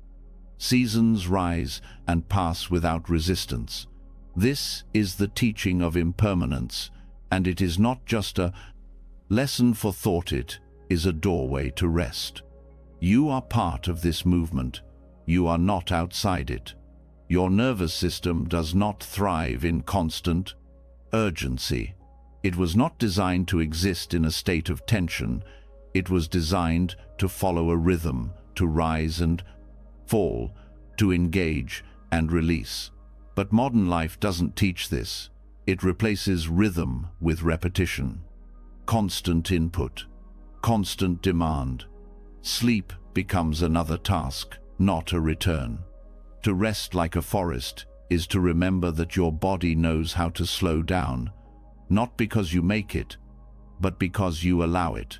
When you stop interrupting your own natural rhythm, you begin to sense the deeper pattern, the way your breath slows when you feel safe, the way your thoughts pause when your body is warm and still, the way your awareness spreads when you no longer try to control every moment. The forest teaches this without speaking. It does not need to rush into bloom or push its leaves to fall. It moves in time with the cycle. You can too. You are not behind. You are not failing. You are out of sync. And this night is an invitation to return. Let your body rest into the pace of the earth. Let your thoughts align with the way clouds move. Let your emotions come and go like wind in the branches. There is no need to hold them, no need to fix them. Nature does not hold the skies still to prevent storms. It moves with what is. You can rest with what is too. Each part of you reflects this impermanence. Your breath changes without asking. Your heartbeat slows. As you soften, your mind lets go more easily when you stop trying to force it. You do not need a perfect routine. You need to stop resisting the body's wisdom. You need to step into the natural rhythm that has always been waiting. In Dharma practice, the concept of impermanence is not used to dismiss experience. It is used to free it, to stop clinging to what must pass, to stop fearing what will rise. When you apply this to sleep, you let the day end. You let the thoughts quiet. You let rest arrive, not because the world is silent, but because you are no longer fighting the noise. This is not escape. It is alignment. You are not walking away from your life. You are returning to its original rhythm, the rhythm you once knew without being taught, the rhythm that mirrors tides and moon phases and birdsong. The rhythm that understands healing does not happen through pushing, but through patience. When you lie down now, let the weight of your body meet the earth with trust. Let gravity do what it's been doing for centuries, holding, supporting, grounding. You do not need to float, you need to settle. And settling happens when you stop resisting rest. This is the moment when rest becomes more than physical. It becomes relational. You are no longer alone in your exhaustion. You are surrounded by a world that is always resting and waking, always releasing and beginning again. The mountain does not fear erosion. The river does not rush against its path. And you do not need to resist the pull of stillness. When the mind tries to speed up, bring it back to the pace of your breath, to the movement of your chest, to the sounds around you that do not demand response.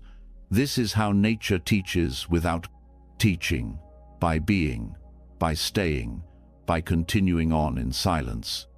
Your awareness is not separate from this. When you stop distracting it, it begins to widen.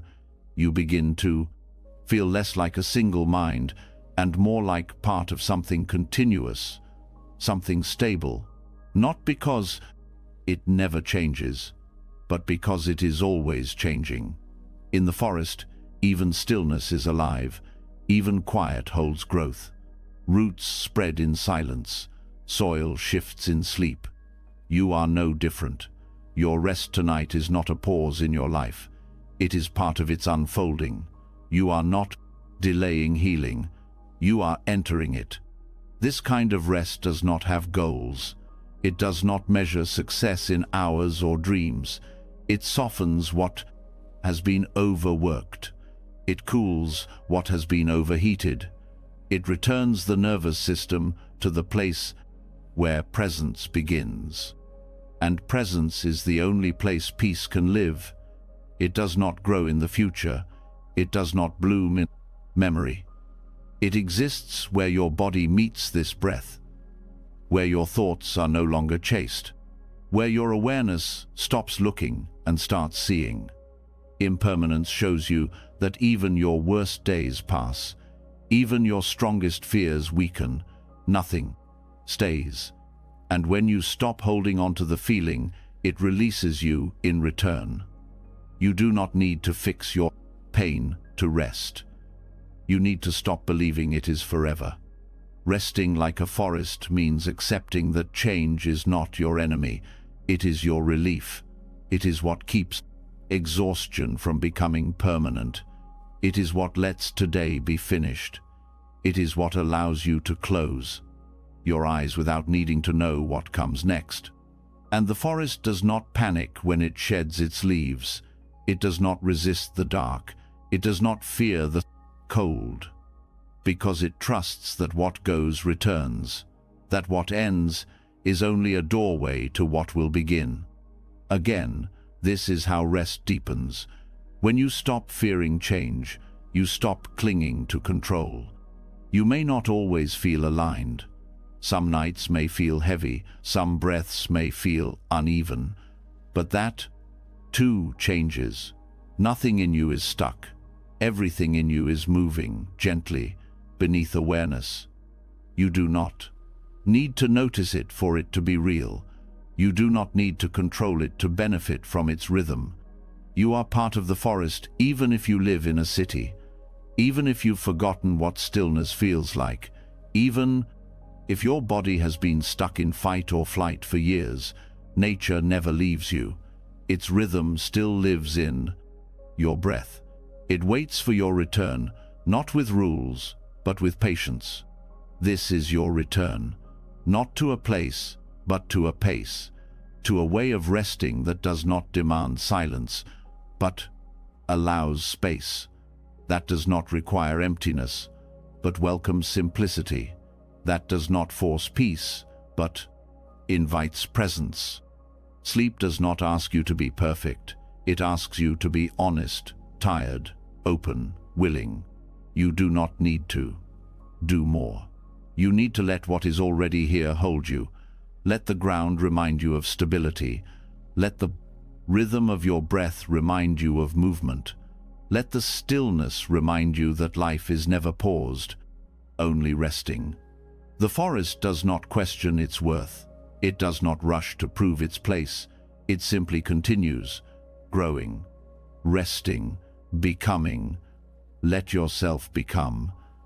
Let tonight be the space where you remember how to trust your own rhythm, how to let your pace slow, how to rest without fear. Let this be your rest now, not stolen, not earned, simply remembered. Let it meet you the way the rest don't. LeeZZ.com. Earth meets everything with patience, with depth, with quiet support. And let each breath be a leaf falling, a sign that nothing needs to stay, and that this moment, just as it is already part of your healing. As your breath slows to match the rhythm of the natural world and your body settles into the silence it had forgotten, something deeper becomes possible. You are no longer just resting, you are becoming aligned with something ancient. The forest taught you to release, the stillness reminded you to trust. And now, in this quiet place where thought begins to dissolve and the day no longer asks anything of you, your inner world opens, not in chaos, but in possibility. This is where sleep meets meaning. This is where the night becomes a doorway. And what lies beyond it isn't escape, it's understanding. The mind, as it falls towards sleep, becomes more fluid, less defended, less attached to the ordinary frames of time and identity. This is not a weakness, it is a gift. Because in this space, new roots can be planted. Ideas can be absorbed not by effort, but by presence. And what better seeds to offer the subconscious than the eightfold path itself? Guidance, not meant to control, but to illuminate. The eightfold path is not a ladder to climb. It's not a formula to force. It's a way of living, thinking, and resting in alignment. It's not linear. It's circular. It moves gently, like breath. It offers not rules, but reminders. Not pressure, but clarity. Each aspect is a mirror, helping you see yourself with more honesty and more compassion. Tonight, instead of trying to memorize or master it, you allow it to enter you softly. Like a dream you walk through, one step at a time. Right view begins the journey, not as belief, but as clear seeing. The invitation to see the nature of things without distortion. In this dream state, that clarity can take many forms. It might show up as light, as open space, as a moment where everything feels aligned without needing to be explained. Right view is not about having all the answers. It is about recognizing the patterns of craving and aversion, and knowing that peace begins when those patterns are understood. In your dream, this might be a feeling of transparency, a sense that nothing is hiding, and in that openness there is calm. Right intention follows, not as a mental checklist, but as a quiet movement of the heart. In the dream, this could appear as a path unfolding ahead of you, not carved with effort, but revealed with sincerity. Intention is not about goals. It is about direction, kindness over harm, letting go over holding tight, honesty over fear. As you rest deeper, let your heart drift toward this subtle reorientation. You are not forcing yourself into goodness. You are remembering that your natural state is already inclined toward it. When fear is softened, right speech arises next, not as sound, but as integrity. In your inner landscape, words may not be spoken, but the energy behind them can still be felt. Right speech is about the frequency of your truth, not volume, not persuasion, just alignment. Even in dreams, communication can feel different, cleaner, not as performance, but as presence. You may sense that some words vanish before they are formed, because they are no longer needed. Silence, too, becomes sacred. The absence of harmful language is not emptiness, it is clarity made visible. Right action appears not as busyness, but as harmony. In the dream, it might feel like walking without effort, moving without resistance, action that causes no harm, that serves without needing to be seen. In the unconscious world, right action is less about deeds and more about energy, about how you carry yourself through inner space. Do you tread gently, even here? Do your thoughts move with care, even when no one is watching? Let the dream show you what it feels like to live in a body that no longer moves from grasping. Let it teach you how to act from wholeness instead of lack. Right livelihood is often misunderstood as work alone, but it is about more than jobs. It is about the foundation your life rests on, the systems you participate in, the way you support yourself and others. Even in sleep, your subconscious is aware of alignment, of when your inner values match your outer life. The dream may bring symbols of supportive exchange that feels nourishing instead of draining. You may feel what it's like to be sustained by something clean, and from that feeling, a deeper knowing is formed. That your rest, your work, your relationships, they are not separate from your path. Right effort appears not as strain, but as balance. In waking life, effort can feel like pressure. In dreams, it becomes rhythm, the cycle of attention returning, gently, again and again. This isn't about perfection, it's about continuity. The choice to remain present even when it's easier to drift.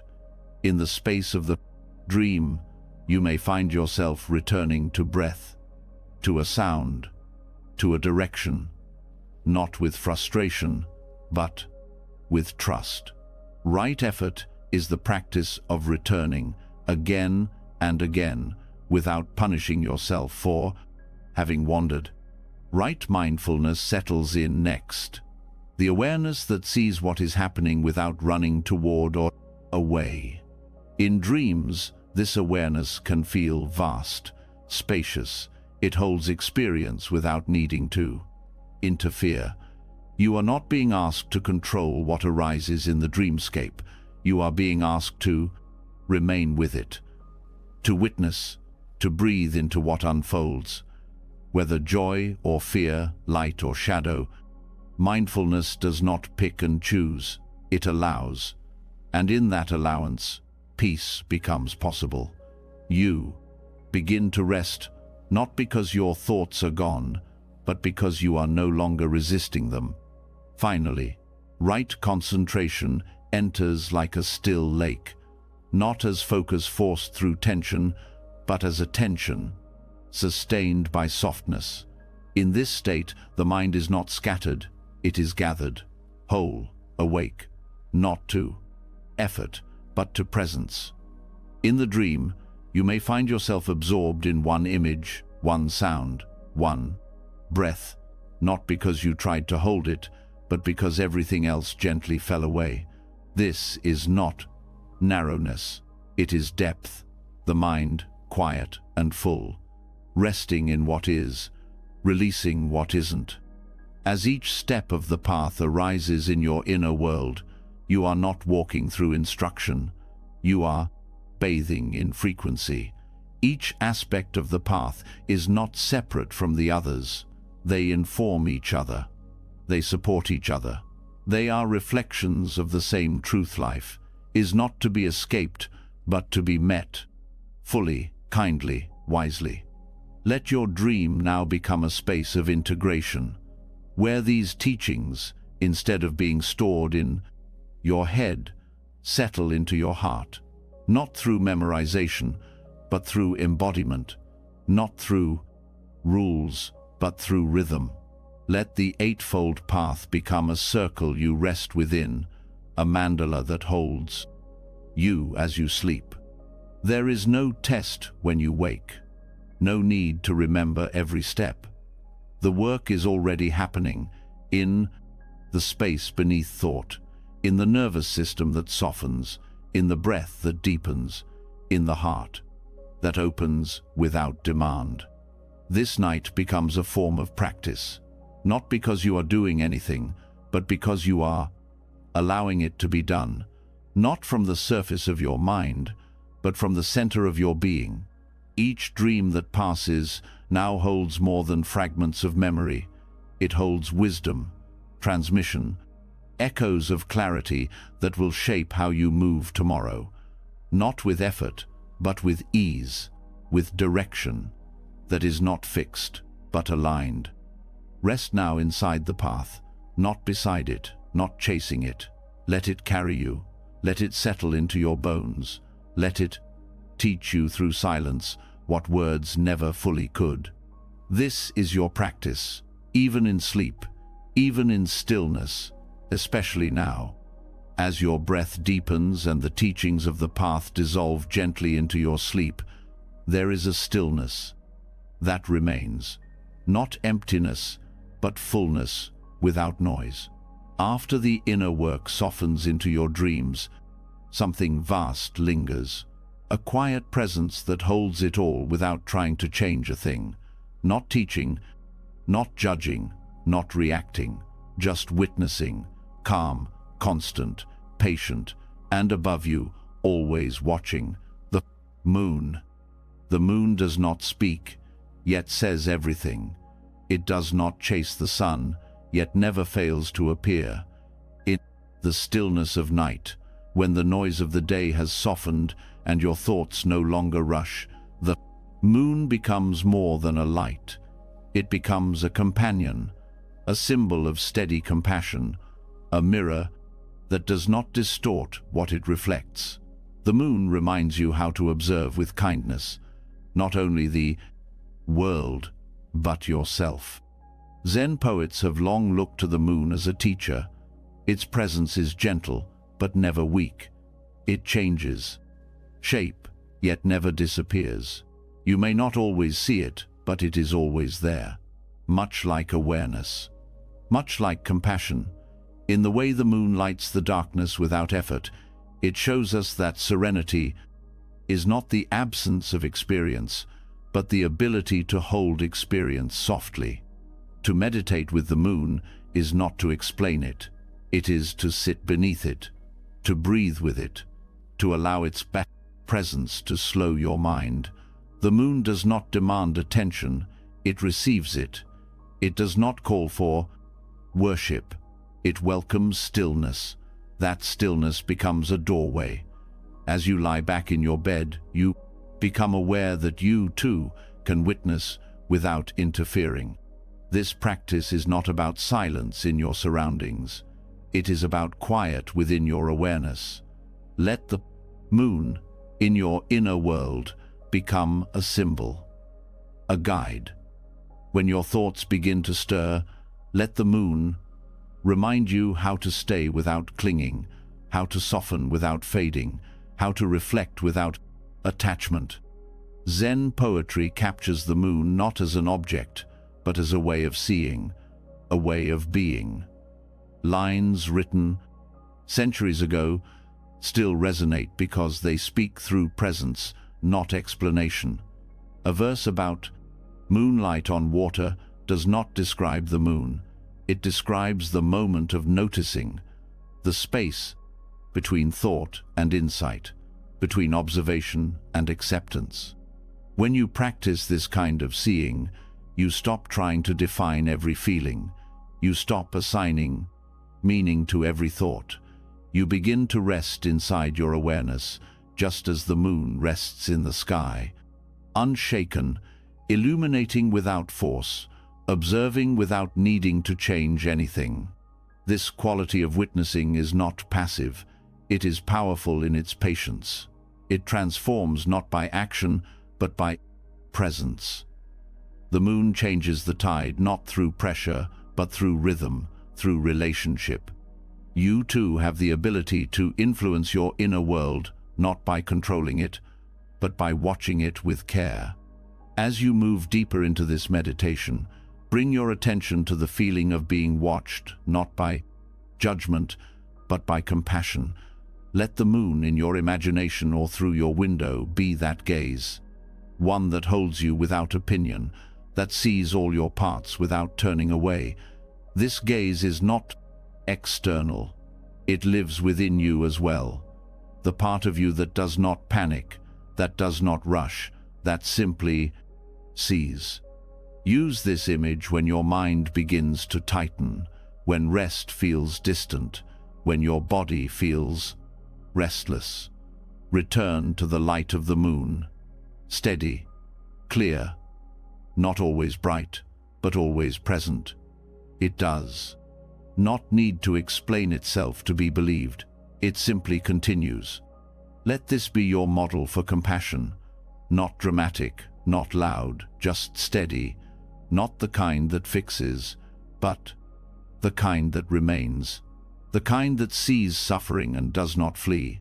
The kind that meets fear with calm, confusion with space, sadness with light, that expects nothing in return. The moon changes phase, but never nature. Your emotions can follow that pattern. You can feel deeply without becoming unstable. You can shift and soften without losing your center. You can reflect what rises without absorbing all of it. In this night sky of the mind, let thoughts be stars appearing, disappearing, always in motion.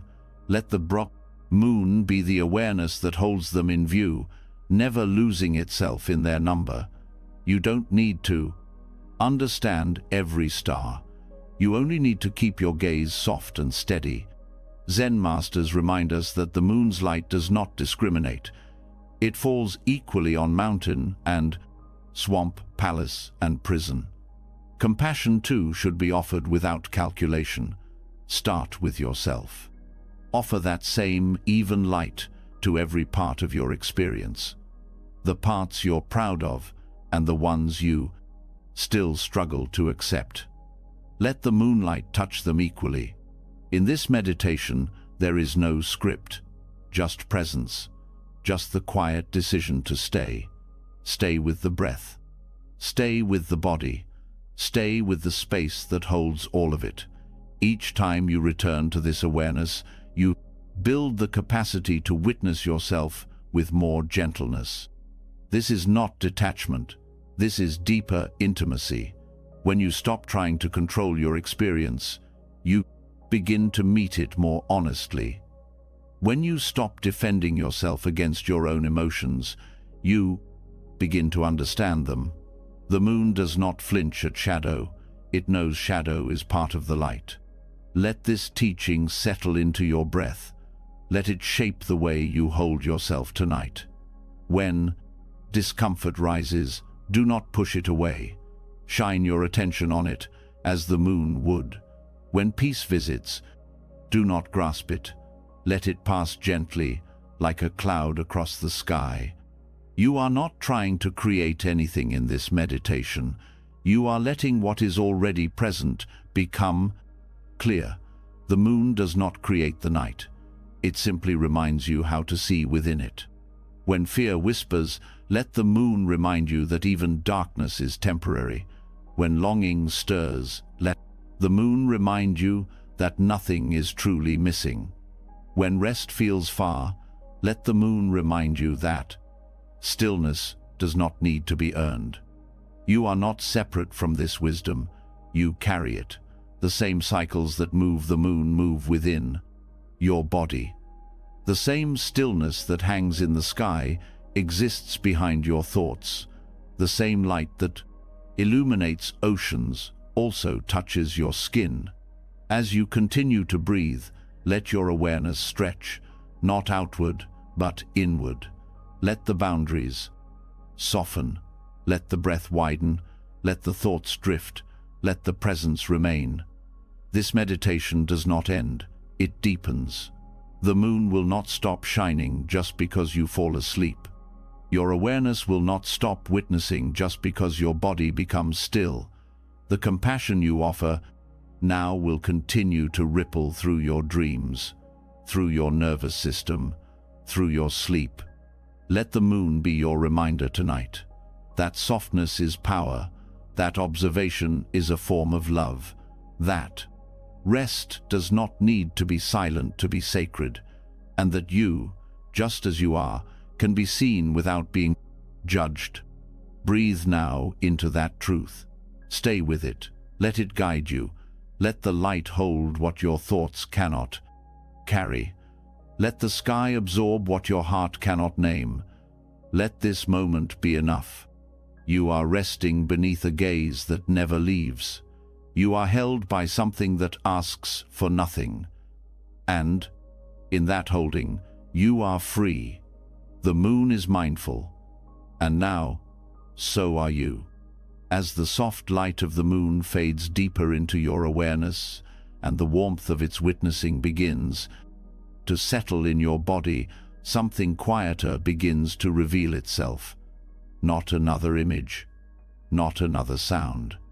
Something even more subtle, a presence that lives not in the thought itself, but in what comes before and after. You are no longer only noticing what the mind creates, you're beginning to notice what exists when it doesn't. The space that thoughts rise from and the space they return to. This space is not nothing. It is the ground of everything, and learning to rest in it may be the most profound kind of stillness you will ever know. There is a teaching called shunyata, often translated as emptiness, but misunderstood as absence. It is not a void to fear. It is the freedom that arises when clinging stops, when identity softens, when Layers of concept fall away, and what remains is not blankness, but clarity without form. Awareness without edges. Stillness that doesn't belong to anyone and isn't dependent on conditions. Shunyata is not something far away. It's here already, underneath each thought, between each sensation, inside every pause you've ever taken without knowing why. You've already tasted this, in those moments when you stare into space and forget what you were thinking, in the seconds after a deep sigh, in the space between one breath and the next. These are glimpses of what is always available. You don't need to force them, you need only stop filling them. When the mind is no longer busy assigning meaning to every experience, the background becomes visible. And what you find there is not emptiness in the way the world defines it. It's fullness that isn't cluttered. It's presence without pressure. As you lie down now, let yourself begin to feel into these spaces, not by seeking them, but by noticing where effort disappears. The breath has a natural pause after the exhale. Rest in that pause. Let it stretch slightly. Don't reach for the next inhale. Let it come on its own. This is where the doorway opens, not in movement, but in the gentle stopping of movement. Thoughts will still appear. That's not a problem. You're not trying to erase them. You are only watching where they come from and where they go. You begin to sense the quiet that surrounds each one, the silence behind the words, the openness beneath the emotion. And once you touch that openness, even for a moment, it becomes easier to rest, not because you finished thinking, but because you stopped clinging to what arises. The space between thoughts is not small. It only feels small when we're too busy to notice it. But as the mind slows, that space widens. And in that widening, there is room for breath, for body, for peace. You begin to sense that there is nothing to solve right now, nothing to fix, because everything you were tangled in was held by thought. And now you are watching thought, instead of being caught inside it. Shunyata is not something you reach. It is what remains when grasping falls away. You cannot hold it. You cannot describe it fully. You can only enter it, like slipping into a quiet room that was always part of your house, but had no door until you stopped searching. Let your awareness rest here now, not on any one object, not on any one sound, but on the gap itself, the gap that appears when a thought ends, and before the next begins. You might miss it at first. That's okay.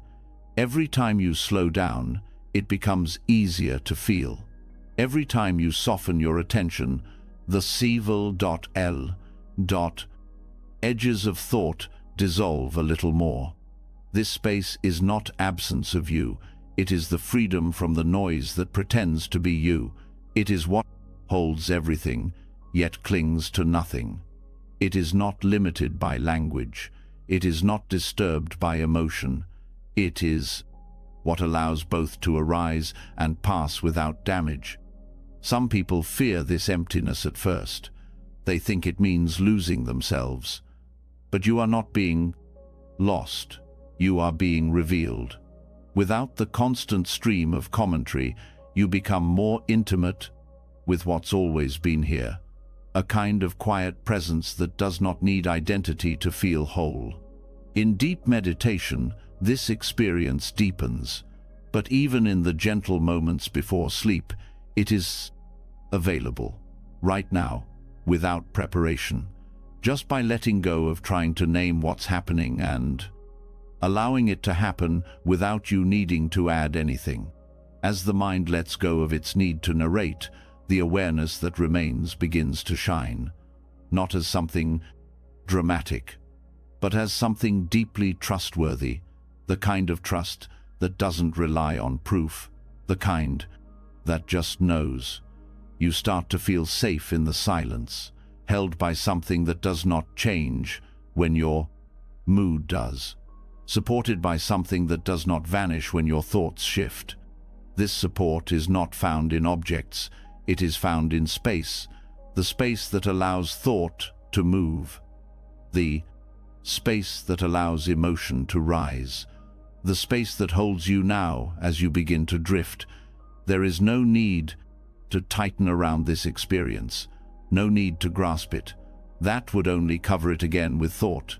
Let it remain uncovered. Let it breathe. As sleep approaches, let yourself rest not just in comfort, but in this deep openness. If a thought appears, see it rise like mist. Watch it pass. Don't follow it. Let it fade into the space from which it came. This space has no edges. It does not shrink when the mind is busy. It does not expand when the mind is quiet. It is always the same, and always enough. You can learn to rest here without needing to understand everything. This is not about clarity in the intellectual sense. It is about clarity that comes from not adding anything extra. You are not solving your life right now. You are letting go of the illusion that it needs to be solved all at once. You may feel moments of drifting. That is part of the process. Awareness does not need to be sharp to be present. Let it be soft. Let it float. Let it rest in the open space where thought does not press for attention. In this state, dreams may come differently, not chaotic, but spacious, not filled with noise, but shaped by clarity. When the mind has rested in emptiness, what it creates next is often more refined, less reactive, more in tune with truth. Even your breath may begin to feel different now, not just as a function, but as a flow, a reminder that movement and stillness are not opposites. They are part of the same unfolding, like waves rising and falling in an ocean that never resists its own depth. Let the space between thoughts cradle you now. Let it become the bed you rest in, the ground beneath your awareness. Let your body feel its support. Let your nervous system take its cue. Nothing here needs to be controlled. If you find your mind trying to grab hold of something, idea, a sensation, a memory, notice it gently. Then return to the gap, the pause, the stillness between. This return is the practice, the path back home, to a self not made of words or plans, but of presence. You are not trying to achieve a state, you are remembering one that has always existed, just beneath the surface. It is not fragile, it does not need guarding, it only needs space. The concept of emptiness can feel distant when explained, but when felt, it becomes the most intimate experience there is, the feeling of being untouched by your own thoughts, the realization that nothing has to be added to this moment to make it worthy. Let sleep meet you here, not with effort, but through surrender. Let it come naturally as another wave, rising from the same space you've been resting in. Let it carry you into the night without resistance. The space between thoughts is not a gap to be feared. It is your refuge, your return, your quiet home in the storm of noise. And tonight, you are here not chasing, not controlling, not clinging, just resting. In the space that has always been yours, in the calm that does not need to be created, in the stillness that was waiting for your attention. And now that you've remembered it, let it hold you completely. Let it carry you gently. Let it bring you to sleep not as escape, but as deep reunion with peace that needs no name. As the quiet space between thoughts grows wider and your awareness begins to rest in what cannot be held or named, something softer starts to surface. Not another insight, not another state to enter, just a deep, undeniable sensation that has been there all along, waiting to be heard. Tiredness, not as a problem to be solved or a weakness to be covered, but as a voice, a signal, a messenger, the part of you that doesn't need more clarity, more light, or even more silence. The part of you that simply asks to stop. Tiredness is not just the end of energy. It is a doorway into a different kind of wisdom, a kind of knowing that doesn't come from books or lessons or techniques. It comes from reaching the limit of doing and discovering that there's still something holding you, that even when you can't keep going, life doesn't abandon you. The ground remains, the breath continues, and in that moment of surrender, when you finally let yourself be tired, you begin to learn what no amount of strength could teach. We are trained to ignore exhaustion, to push through, to pretend it's not there. Even in rest, the habit of effort lingers. You might lie down, but your mind continues to evaluate, to plan, to reflect. You don't truly stop. You just pause the outer movement while keeping the inner one alive. But the body knows. And tiredness doesn't lie. It shows up when enough has been enough. It speaks for the parts of you that no longer want to perform. When you let tiredness be your teacher, you step into a new relationship with yourself, one based not on achievement, but on honesty, on listening instead of managing, on pausing, not because it's strategic, but because it's true. Spiritual humility begins here not with understanding the mysteries of the universe, but with acknowledging that you are not a machine, that your limits are sacred, that stopping is not failure, it's alignment. This moment right now, as you prepare for sleep, may be the most honest moment of your day. Not because you have all the answers, but because your body is no longer pretending. The effort has faded. The masks have dropped. And what remains is the raw reality of what you're carrying. Fatigue in the rollpas, bones, slowness in the breath, a weight that words cannot carry. Instead of resisting this, what if you allowed it, not to win, but to guide? Let tiredness lead you not toward collapse, but toward release. Let it show you what it feels like to truly stop, not in frustration, not in resignation, but in reverence. The kind of stopping that says, I do not have to earn the right to rest. I do not have to prove my worth before I lie down. I am allowed to meet my limits with kindness. Fatigue is honest. It does not hide. It does not explain. It simply says, enough. And if you listen, you may notice that behind the exhaustion is something else: silence, a gentleness, a presence that is always waiting but cannot be felt when you're rushing. Letting yourself feel tired means releasing the need to perform, even in healing. You stop chasing experiences. You stop trying to reach a particular state. You let the moment be what it is. You let the pagodas, weight of the day sink deeper into the ground. You let your breath fall without lifting it back up too quickly. In this space, non-doing is not laziness. It is wisdom. It is the recognition that healing does not always come from activity, that understanding does not always come from thinking, that peace does not always come from practice. Sometimes it comes from simply being still long enough to notice that you are already being held.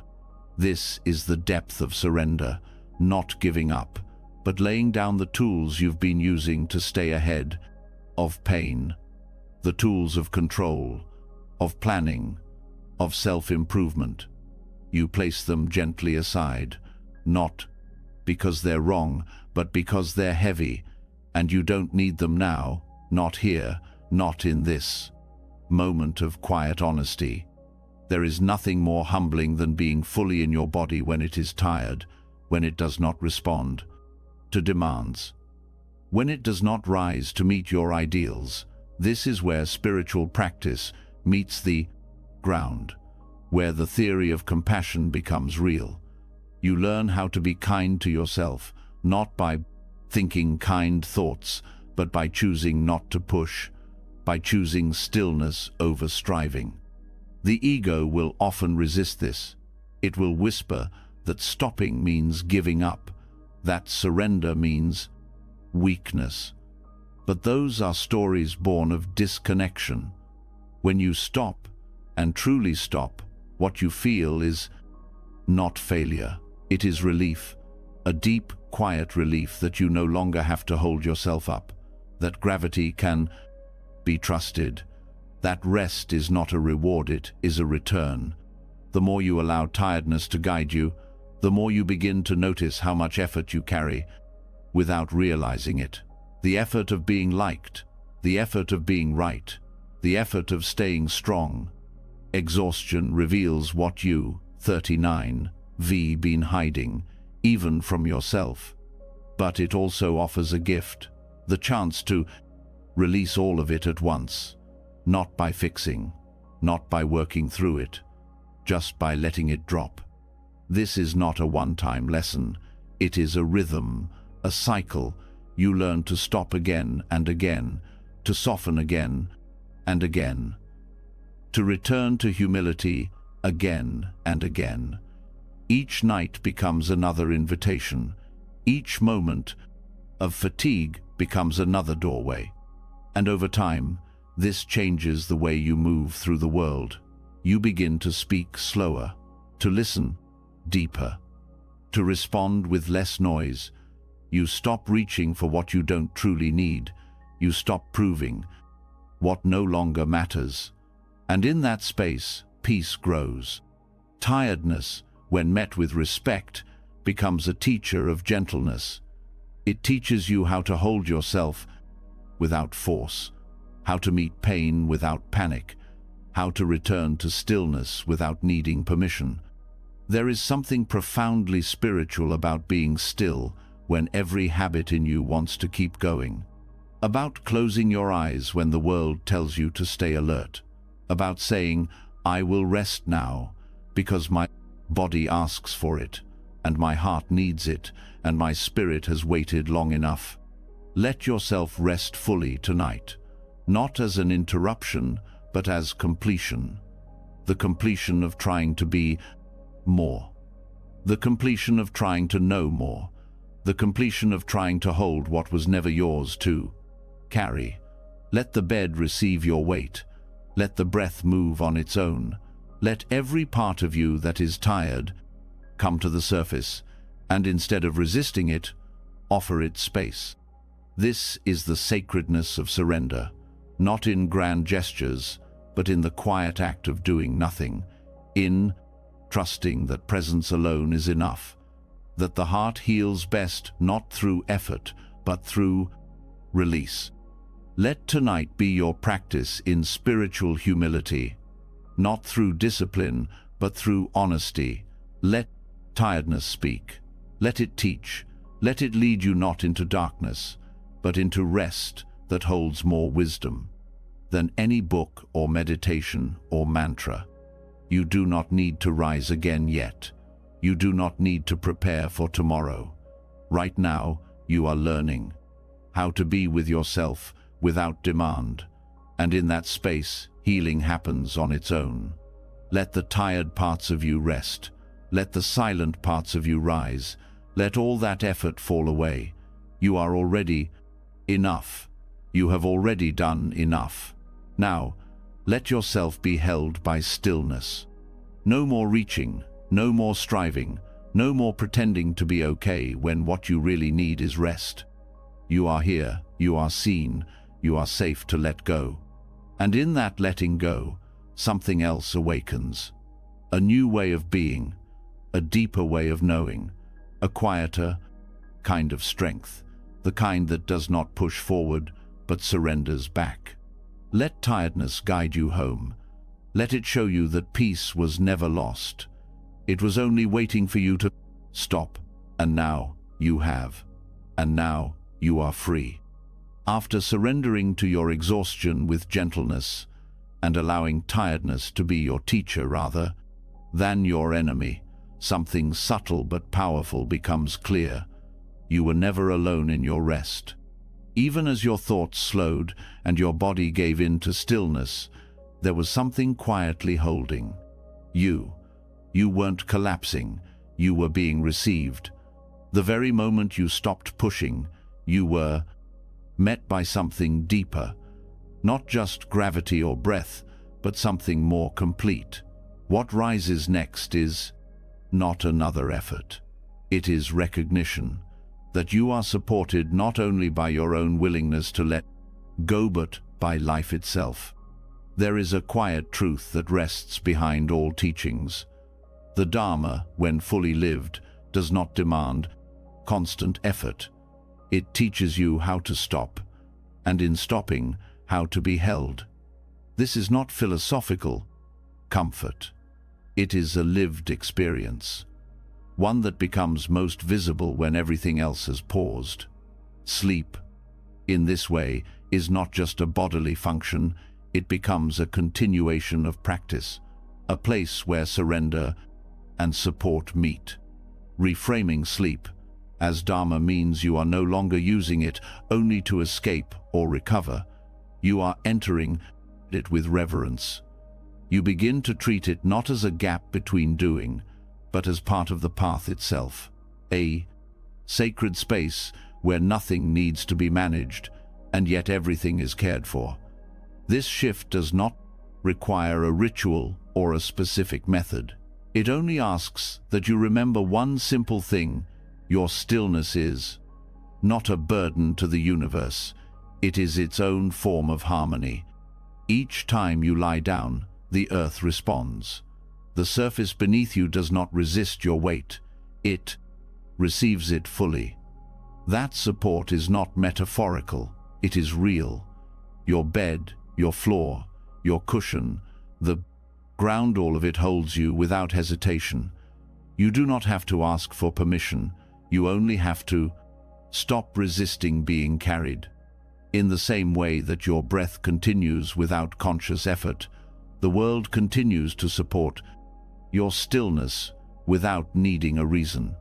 You don't need to be useful to be worthy of rest. You don't need to achieve peace to be eligible for care. These ideas come from culture, not from Dharma. The Dharma teaches that every being is already part of the truth, already part of wholeness, and rest is one of the ways that wholeness expresses itself. Letting yourself be cradled by this understanding changes how you enter sleep. You no longer brace for the transition. You soften into it.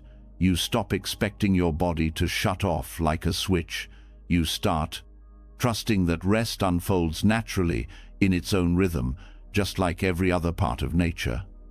You are not broken when sleep takes time. You are not wrong when stillness feels awkward. You are simply in the process of returning. Returning to what? Not just physical quiet, but relational stillness. The experience of knowing you are already in connection with your body, with your breath, with the teachings, with the present moment, with something wider than thought and deeper than identity. The Dharma is not an external concept to apply. It is something you live, even when your eyes are closed, especially when you are no longer performing. In that honesty, you realize that sleep is not separate from your practice. It is one of the purest expressions of it, a moment where the need to grasp, to explain, to accomplish, disappears. And what's left? The simple truth of being, not doing anything, not trying to become anyone, just lying there, breathing, resting, held not only by a surface, but by something unspoken. The Dharma shows you that this stillness is not empty, it is filled with support, not in the form of answers, but in the form of presence. You may begin to notice this even in the smallest details. The way your breath softens on its own, the way your muscles begin to release without you having to direct them, the way silence becomes a comfort instead of a void. These are not random. These are responses to surrender. Proof that when you stop pushing, life adapts to meet you. This isn't something to believe. It's something to feel in your body, in your breath, in your awareness. And as you relax further into it, you start to sense that the same principles that guide your mindfulness during the day also guide you at night. Attention becomes less about focus and more about trust. Awareness becomes less about control and more about openness. Sleep becomes less about unconsciousness and more about union. Union with what? With everything that has been holding you all along, with the Dharma that does not abandon you when you are tired, with the reality that does not require effort to be kind, with the breath that keeps returning, not because you earned it, but because you are still here. You don't have to earn rest. That is perhaps one of the most radical teachings of all. You don't have to prove anything to stop. You don't have to be pure, productive, or perfect. You simply have to be willing to stop pretending that support is something outside of you. It is already here. You are already being held. This sense of being held is not the same as comfort in the traditional sense. It does not guarantee ease, but it gives meaning to your stillness. Not as a pause in real life, but as life itself. Sleep becomes a return to your original position, not as the one who moves through the world, but as the one who is carried by it. Even your thoughts begin to change when this shift takes place. They lose their urgency. The inner dialogue quiets, not because you forced it to, but because there is nothing left to prove. You are not trying to explain yourself to yourself anymore. You are simply resting inside what has always been true. That truth is not complicated. It is this: you are allowed to stop, and when you do, nothing falls apart. In fact, things begin to realign. Your breath settles, your nervous system resets, your perception widens. And all of this happens not from effort, but from letting go. There is deep intelligence in rest, not the kind that speaks in ideas, but the kind that communicates through sensation, warmth, stillness, peace, a slowing heart rate, a quiet awareness that nothing more needs to be done right now. You are not failing by resting. You are living the Dharma more fully than many words or actions ever could. This is not retreat. It is embodiment, the practice of resting as you are. The body is not separate from the path. The moment of lying down is not separate from awakening. When you stop making rest conditional on performance, on outcome, on clarity, you discover what unconditional support really feels like. That is Dharma in its most direct form. The silent truth that existence does not punish you for being tired. It welcomes your return, not for what you can give, but simply because you are a part of it. As your body continues to soften and your breath begins to lengthen, let this recognition move deeper into your awareness. You are not trying to arrive anywhere now. You are simply allowing what's always been here to be seen. Every inhale is proof that something is working in your favor, even when you do nothing. Every exhale is permission to let go of what's been carried for too long. And in that letting go, you begin to receive not just rest, but understanding. A truth too quiet to be heard when everything else was loud.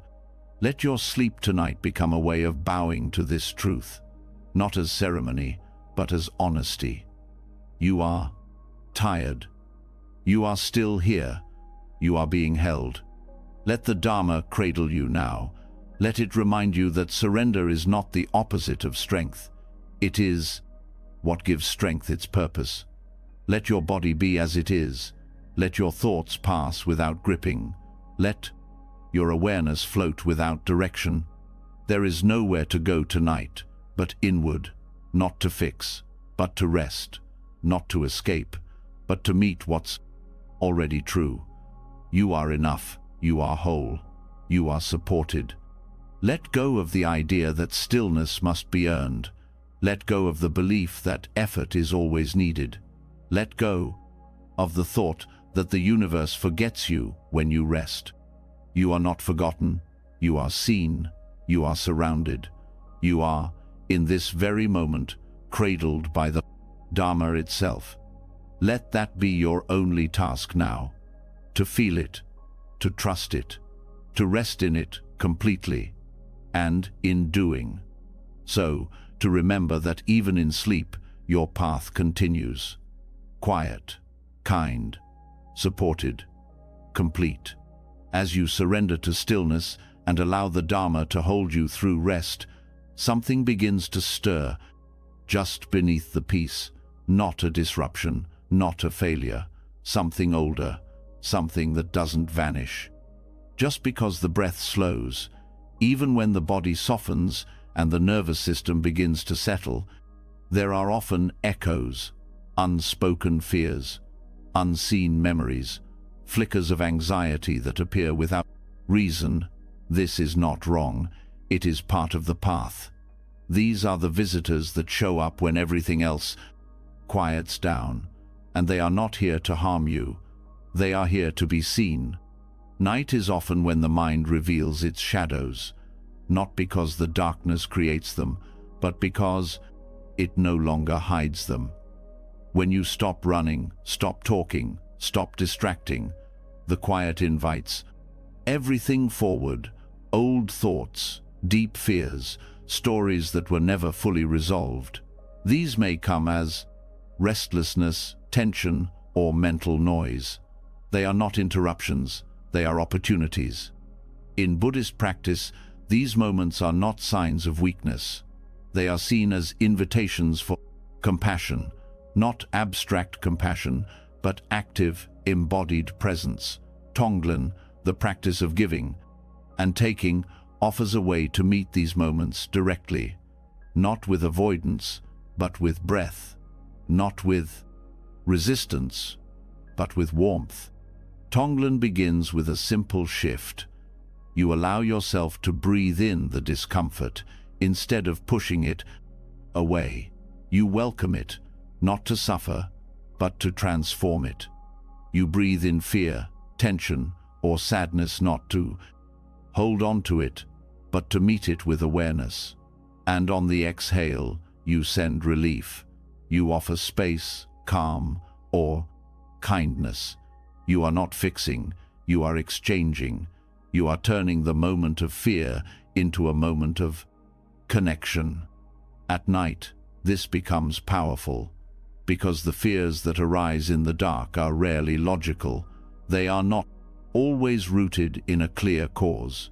They may come from places long forgotten. They may not be understood by the thinking mind, but they are felt in the chest, in the stomach, in the racing of thought. Tonglen allows you to meet these feelings without analysis, without story, just presence. When fear arises, instead of tensing around it or trying to suppress it, begin with breath. Breathe into the place where the sensation lives. Allow it. Let it be as strong or as quiet as it wants. You are not trying to shrink it. You are trying to be present with it. As you breathe in, imagine you are drawing that energy into a vast, open space within you, a space big enough to hold it, not to absorb it, but to acknowledge it. And as you exhale, send comfort. Not to escape, but to stay, not to remove, but to respond. This practice may feel unfamiliar at first. Most of us are trained to avoid discomfort, to breathe away, from pain. Tonglen reverses that. It teaches you to stay, not out of punishment, out of courage. Because what you breathe in, you are strong enough to meet. And what you breathe out is a gift, not just to yourself, but to all who suffer the same. The fears that come at night are rarely yours alone. They may feel personal, but they arise from collective patterns: loss, grief, loneliness, regret. These are shared human experiences. When you practice Tonglen, you tap into this shared experience. You breathe in not just your own discomfort, but the pain of others who feel the same. And you breathe out not just for your own relief, but for theirs too. This is not idealistic, it is intimate, because the truth is, suffering connects us, and compassion does not begin with the perfect feeling, it begins with willingness. You do not need to feel perfectly loving to begin, you just need to stay, to breathe, to notice, to care enough not to look away. When you apply this at night, the experience of fear transforms. It becomes a visitor you recognize, not an enemy, not a flaw, but a signal, a messenger. It may arrive with pressure in your chest or tightness in your throat. Let it come, let it be named, not to label, but to acknowledge. This is fear, this is anxiety, this is sadness. Then breathe, with intention. Inhale the sensation, exhale relief. What you offer in the exhale does not have to be fixed. It can be space, light, calm, or even just softness. You don't need to push it out. Just send it gently, like a wind that cools, a warmth that spreads. Let the rhythm of breath hold the process. The more you practice, the more natural it becomes. The mind learns that it does not need to panic when fear comes. The body learns that discomfort is not danger, and the heart learns that compassion is not a skill reserved for perfect moment. It is a resource always available, even when you feel least ready.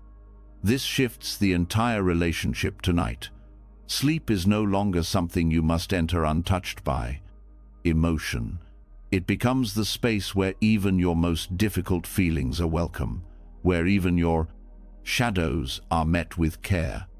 You may find, over time, that your fears begin to soften, not disappear, but loosen. You are no longer fighting them. You are learning from them, and in learning, you are transforming. Tonglen is not about solving suffering. It is about staying present through it, so that something new can emerge. If memories arise, let them be held in this same way. Breathe them in, breathe out kindness. If tension builds in your body, offer it space, not to erase it, but to cradle it. You do not need to rush this. You do not need to push yourself toward peace. The practice itself is peace, staying, breathing, giving. Let the monsters come, not because they are welcome forever, but because they only lose their power when they are seen without fear. Most of what haunts us is made stronger by silence and shame. But when we turn toward it with breath and care, it often becomes smaller, not because we fought it, because we stopped running. Your bed becomes the cushion, your breath becomes the mantra, your fear becomes the object of practice. You are no longer a victim of your mind. You are a companion to it. You are the one who stays. Even when staying feels hard, that staying is love. That staying is the practice.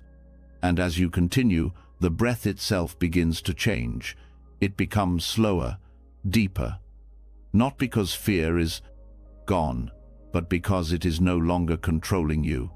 You have taken the lead not through force, but through compassion. You have created a new pattern, one where fear does not equal danger, one where pain does not mean exile, one where your darkest feelings are no longer monsters, but guests at the table of awareness. This is not a path of perfection, it is a path of truth, and truth includes every part of you, not just the ones you've learned to show. Tonglen reminds you that your capacity is bigger than you thought, that your heart is strong enough to hold what you've avoided, that your breath is a tool for transformation even when words fail. Let tonight be a practice in allowing. Let each breath carry both pain and peace. Let your fear be seen without shrinking. Let your compassion be given without limit. Let the night no longer be a place of avoidance, but of meeting, of turning inward with courage, of resting in a new kind of safety, the kind you create when you stop running and start breathing. Inhale, you take in what feels heavy. Exhale, you offer what feels healing. And between these two, you remain, awake enough to stay, soft enough to rest, strong enough to love what is hard to love. The monsters don't need to be fought. They need to be welcomed. They need to be breathed into. They need to be seen not as failures, but as visitors. And when you meet them with this kind of awareness, they begin to fade, not because you banished them, because they were transformed in the light of your presence. Let that presence stay with you now. Let the practice continue, not as a task, but as a rhythm. Let your breath be the bridge between fear and love, between pain and rest, between night and morning. And know this, every time you stay with what you once avoided, you are not only healing yourself, you are also helping someone else do the same. You are part of something wider. This is not just your practice. It is part of the shared healing of the world, one breath at a time, one night at a time, one shadow lovingly met in the dark. After greeting your inner fears with compassion and meeting discomfort without retreat, you begin to notice a shift, not a dramatic one, not a breakthrough, just a quiet steadiness, the kind that arrives only after you've stopped running, after the shadows have been seen, after your breath has been used, not to escape but to stay. From that staying, a deeper simplicity begins to emerge, a realization that you do not need more tools, more steps, or more effort to find calm. You need less, much less. And sometimes, less means just one thing, one single breath, fully lived. In a world that constantly demands more, the idea that one breath is enough can sound naive, but the breath Dharma points in a different direction. It teaches that presence is not measured by quantity, that transformation does not require complication, that peace does not need to be chased, it needs to be returned to, and the shortest path to that return is breath. One conscious breath can hold more clarity than an entire day of distraction, not because it is powerful on its own, but because you are finally there to feel it, completely, with nothing added, with nothing filtered, just you and the breath, real, honest, whole. When your attention lands fully on a single inhale, the rest of the world softens, not because the problems disappear, but because your grip on them loosens. The breath does not carry your stories. It does not care about your plans. It only asks you to be here. A full conscious breath doesn't begin with the lungs. It begins with the willingness to pause, with the choice to step out of the noise, to stop building narratives, to stop fixing what isn't broken. When you breathe fully with awareness, you give yourself permission to stop everything else. And in that stop, stillness arrives, not as a reward, but as a return. This breath is not a technique. It is not a strategy. It is the most natural thing in the world, remembered. And when it's remembered fully, with no rush and no avoidance, it resets something deep inside. Even if you've been anxious all day, even if you've been chasing thoughts for hours, even if your mind won't stop turning, one full breath, met with total attention, can shift the entire atmosphere of your body.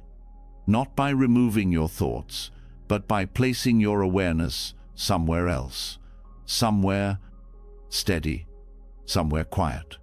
This is the core of Buddhist minimalism, the understanding that the simplest things, when given full presence, become the most powerful, not because they impress, because they're real.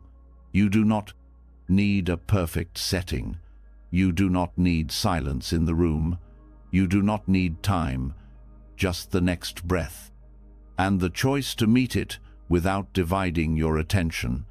This breath becomes a sanctuary, a place where nothing else is required. Not insight, not progress, just presence. And in that presence, the nervous system begins to recalibrate. The body starts to rest. The heart slows. The mind softens. There is a reason this has been taught for centuries, not because it is complex, but because it is always available. Right now, this breath. Right now, the inhale. Right now, the exhale. You do not have to earn it, you only have to meet it. Let yourself feel the full arc of this one breath, from the moment air touches your nose, to the rise of your chest, to the pause at the top, to the long, easy release. Don't shorten it. Don't analyze it. Just notice it, stay with it, allow it to be complete, and let that completion be enough. The mind will try to distract you. It will ask what comes next. It will chase meaning. Let it move. Let it drift. You are not following it now. You are following breath. And with that shift, even for a moment, you are no longer lost. In daily life, we are taught to multitask, to divide our awareness between dozens of things. But divided awareness is shallow. Nothing receives the full light of attention. And when that light is scattered, nothing grows deeply. This is why one breath matters, because it is undivided. It is presence poured into a single point. That presence heals in ways effort never can. It does not need proof. It does not need permission. When you are fully with this breath, the fear of the next moment dissolves. The weight of the last moment lifts. You are not in time. You are in experience, immediate, whole. Minimalism in practice is not about doing less for the sake of doing less. It is about finding what actually matters, and what matters most is the breath that brings you home, the inhale that reminds you you're still alive, the exhale that shows you how to let go. This becomes the foundation, a practice that requires nothing but your attention, a reset that asks for no belief. Each time you lose yourself in distraction, you can return. No ceremony needed, just breath, just awareness, just now. In sleep, this simplicity becomes even more important. The mind wants to solve before letting go. It wants to review, to plan, to control. But control doesn't bring rest. Presence does, and presence lives in breath. When sleep feels far, don't fight it, don't chase it. Return to this breath, not the idea of breath, not the concept of mindfulness, just the inhale, just the exhale, just the soft rhythm that needs no thought. Let this single breath be your whole practice. Let it become your teacher, your refuge, your answer to the noise. You do not need to go anywhere else. This is it. This is enough. The depth of the breath mirrors the depth of your surrender. Shallow breath is resistance. Deep breath is allowing. And when you allow, healing happens on its own. not because you directed it, because you stopped blocking it. Even if your thoughts remain busy, even if emotions continue to rise, stay with this one breath. It is not trying to change anything. It is holding you steady as everything changes on its own. In the morning, this breath will still be here. In traffic, in conversation, in silence. It is your anchor, your home. Your reminder that peace is not elsewhere. It is now. And it begins again with the breath you are taking right now. You are not behind. You are not doing it wrong. If you are with this breath, you are in practice. You are awake. You are whole. So let go of the need to fix anything tonight. Let go of the need to impress even yourself. Let go of the habit of more. Let the breath be enough. Not the first breath, not the last breath, just this one. This is the path. This is the rest. This is the moment where everything unnecessary falls away. And what remains is what you've been looking for all along. Stillness, openness, presence, calm. And all of it inside one breath. Yours. Here. Now. Complete. After allowing yourself to return to the calm of one conscious breath, after choosing presence over distraction and simplicity over striving, something soft begins to open. Not another technique, not another step, something older. A quiet awareness that this breath is not yours alone, that even in your stillness you are not separate, that what holds you is not just your attention, but a web of connection, so subtle and so real, it asks for no effort to feel only awareness. This is where the teaching of interbeing begins.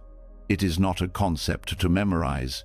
It is a direct recognition that you are never alone, that every moment of your breath is part of a larger rhythm, that your peace is never isolated, that even your rest, done quietly in the dark, ripples into something larger than the self. Thich Nhat Hanh calls this interbeing, a word he offered not as a theory, but as a way of seeing. To interbe is to recognize that everything exists in relationship, that you are not just an individual resting on a mattress. You are a continuation of everything that brought you here. The earth, the sky, your ancestors, your friends, the stranger who smiled at you once and changed your day, the tree that gave oxygen to your lungs, the water that touched your skin. Nothing you are exists alone. This awareness does not need to be spoken. It can be felt in the stillness, in the way your breath continues because the air is here, in the way your body softens because the ground holds it, in the way you can feel comfort even in solitude, because connection is not measured by proximity, it is measured by awareness. As you rest now, allow yourself to sense this thread, the one that ties you gently to all beings, not as obligation, but as truth. The soft understanding that your stillness touches others, that your breath is a shared event, that your kindness toward yourself tonight is part of the healing of the whole. You are not a fixed point. You are part of a fabric, a silken web that stretches across time and space, holding all of life. And when you close your eyes tonight, you are not falling into nothing. You are being held by this web. You are relaxing into belonging. To feel into being is to feel that your joy matters beyond you, that your rest feeds more than your own strength, that your softening makes space for others to soften too. The moment you stop resisting your own heart, you make it safer for others to open theirs. The moment you stop rushing, the rhythm of the world slows just a little. That is not fantasy. That is the reality of shared presence. Let yourself rest in this field of connection. Let your heartbeat be part of the symphony. Let your quiet be part of the greater peace. You do not need to see the others. You do not need to name them. You only need to feel the thread that runs through you, the one that has always been there, even when you felt most alone. Thich Nhat Hanh reminds us that a flower cannot exist without the sun, the rain, the soil, the gardener. You are that flower. You are also the sun, the soil, the water, the care. You are made of the conditions that support you. And tonight, you return to those conditions with gratitude. When you rest with this understanding, your body no longer feels isolated. Your heart no longer feels fragile. You begin to sense that even your vulnerability is shared, that others, right now, are feeling what you feel, their fears, their tenderness, their longing to be safe, to be whole. And this shared experience becomes a kind of comfort that no logic can provide. You do not need to reach out, you only need to stay present. The connection is already there. Let it be felt in the breath, in the warmth of the blanket, in the silence that surrounds you like a quiet embrace. You are not apart from life, you are held within it. When you struggle, others feel it too. When you find ease, that ease spreads, not by will, but by presence. This is the quiet power of interbeing, that even without action, you are participating in healing, that even in sleep, your peaceful energy contributes to the stillness of the world. Let yourself feel how deeply you belong, not because you've done enough, but because you are here, because your breath continues, because your heart beats with others. Each inhale you take has passed through trees, through oceans, through lungs, not your own. Each exhale you offer returns to the world, becoming air for someone else. You are already part of the exchange. You are already inside the flow. This truth can become your bed tonight. Let it hold you. Let it replace isolation with connection. Let it turn aloneness into intimacy. You do not need to add anything to experience this. You only need to remember. As you breathe now, visualize the web, not like wires or lines, like energy, soft, strong, invisible, but deeply real. A web that holds not only you, but every person you've ever loved, every person you've never met, every being you will never know. All of it part of one body. Your body, their body. One shared experience, moving in rhythm. And when pain arises, let it be part of this too. You don't need to fix it. You don't need to hide it. Pain, shared, becomes lighter. Not because it disappears, but because it is no longer carried alone. This is the deeper rest, not just stillness in the body, but ease in the spirit. The knowing that you are supported by more than your own effort, that the Dharma is not something you carry, but something that carries you, and it does so through the thread of connection that lives in all things. Let this knowing slow your breath. Let it soften the edges of your thoughts. Let it ease the tired parts of you that feel they must hold everything together. You don't have to. You were never meant to. You were meant to rest sometimes. And when you rest, you honor the thread. You allow others to do the same. That is not passive. That is an offering. So tonight, your offering is your stillness, your willingness to be part of the web without trying to control it, your choice to rest fully, knowing that you are already in relationship with everything that matters. You are not separate from peace. You are not outside the circle. You are not a mistake trying to become something better. You are already part of something complete. Let that truth become your lullaby. Let it sing through your breath. Let it echo in your bones. Let it hold you long enough that you begin to trust it, not because you understand it, but because you feel it.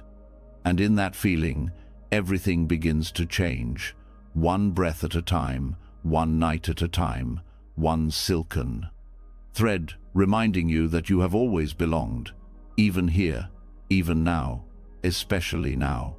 After resting in the warmth of connection, after allowing yourself to dissolve into the soft fabric of being, what rises next is not separation, but the realization that what continues to disturb the mind, what still stirs beneath the surface, is not outside of you. It is the wheel itself, the movement of thought, the habits of craving, the subtle tensions that come from wanting something else.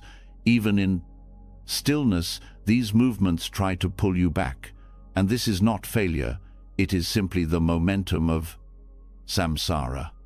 To recognize samsara is not to create fear, it is to begin seeing clearly.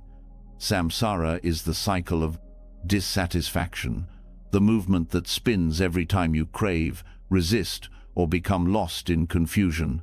It is not a punishment, it is a pattern, one that continues not because of fate, but because of repetition. And the most gentle way to shift this pattern is to slow it, not by force, not by judgment, by watching.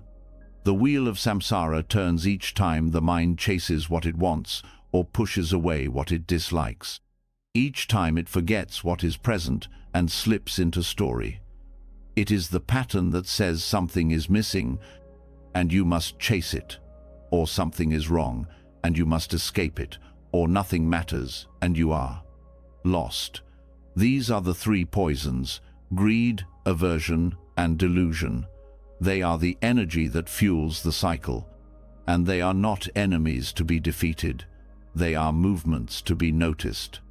As you lie here now, not searching, not solving, you can begin to feel how this wheel still turns. Maybe in subtle anxiety, maybe in restless thought, maybe in the need to find meaning even in this moment of peace. That is the mind trying to restart the cycle. You can choose not to follow it. You can choose to breathe instead.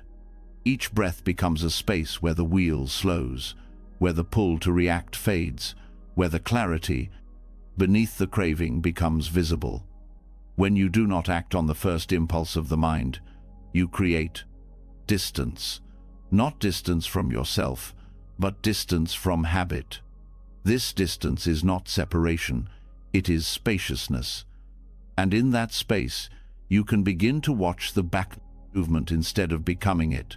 You begin to see how craving arises not because you lack something, but because you forgot to feel what is already here. You see how aversion appears not because the moment is wrong, but because discomfort feels unfamiliar. You see how delusion emerges when the mind moves too fast to notice what is true. To meditate on samsara is to meditate on movement, to bring attention not only to thoughts, but to the direction they pull you. Not to stop thought, but to feel the speed, to sense the weight of the cycle. And with each breath, to choose to slow it, to not grab what arises, to not run from what appears, to not get lost in what fades. The mind may try to argue. It may say, if I stop engaging, I will fall behind. If I stop thinking, I will lose control. But this too is part of the wheel, the need to hold something so tightly that you never allow the spin to stop. And yet, peace does not come from holding, it comes from loosening. Samsara is not a curse. It is a teacher. It shows you where your energy goes. It reveals your attachments. It mirrors back your habits. And when you watch it with gentleness, it begins to lose its urgency. What once seemed like survival begins to feel optional. Breath becomes the center point, the pause in the cycle. When the wheel spins, the breath remains still. When the thoughts chase, the breath stays. This is why returning to breath is not a simple technique. It is the act of stepping outside the pattern. It is choosing not to feed the movement. With each inhalation, you gather presence. With each exhalation, you release resistance. And as you repeat this, the wheel does not stop instantly, but it slows. The mind becomes less reactive. The heart softens. You stop looking for relief somewhere else. Samsara depends on your participation. When you no longer feed it with attention, it fades, not as a battle, but as a natural effect. The more you stay with what is, the less need there is to escape. And when you no longer escape, you find yourself here, whole, complete, not because the cycle ended, but because you stopped believing you were trapped in it. In this stillness, even discomfort can be part of the practice. You do not need to remove the pain. You only need to stop running from it. When you stay, the wheel slows. When you witness, the pattern weakens. When you breathe, the system calms. You begin to see your patterns clearly. The way you tense at a thought, the way you brace when an emotion stirs, the way the mind imagines futures that do not exist.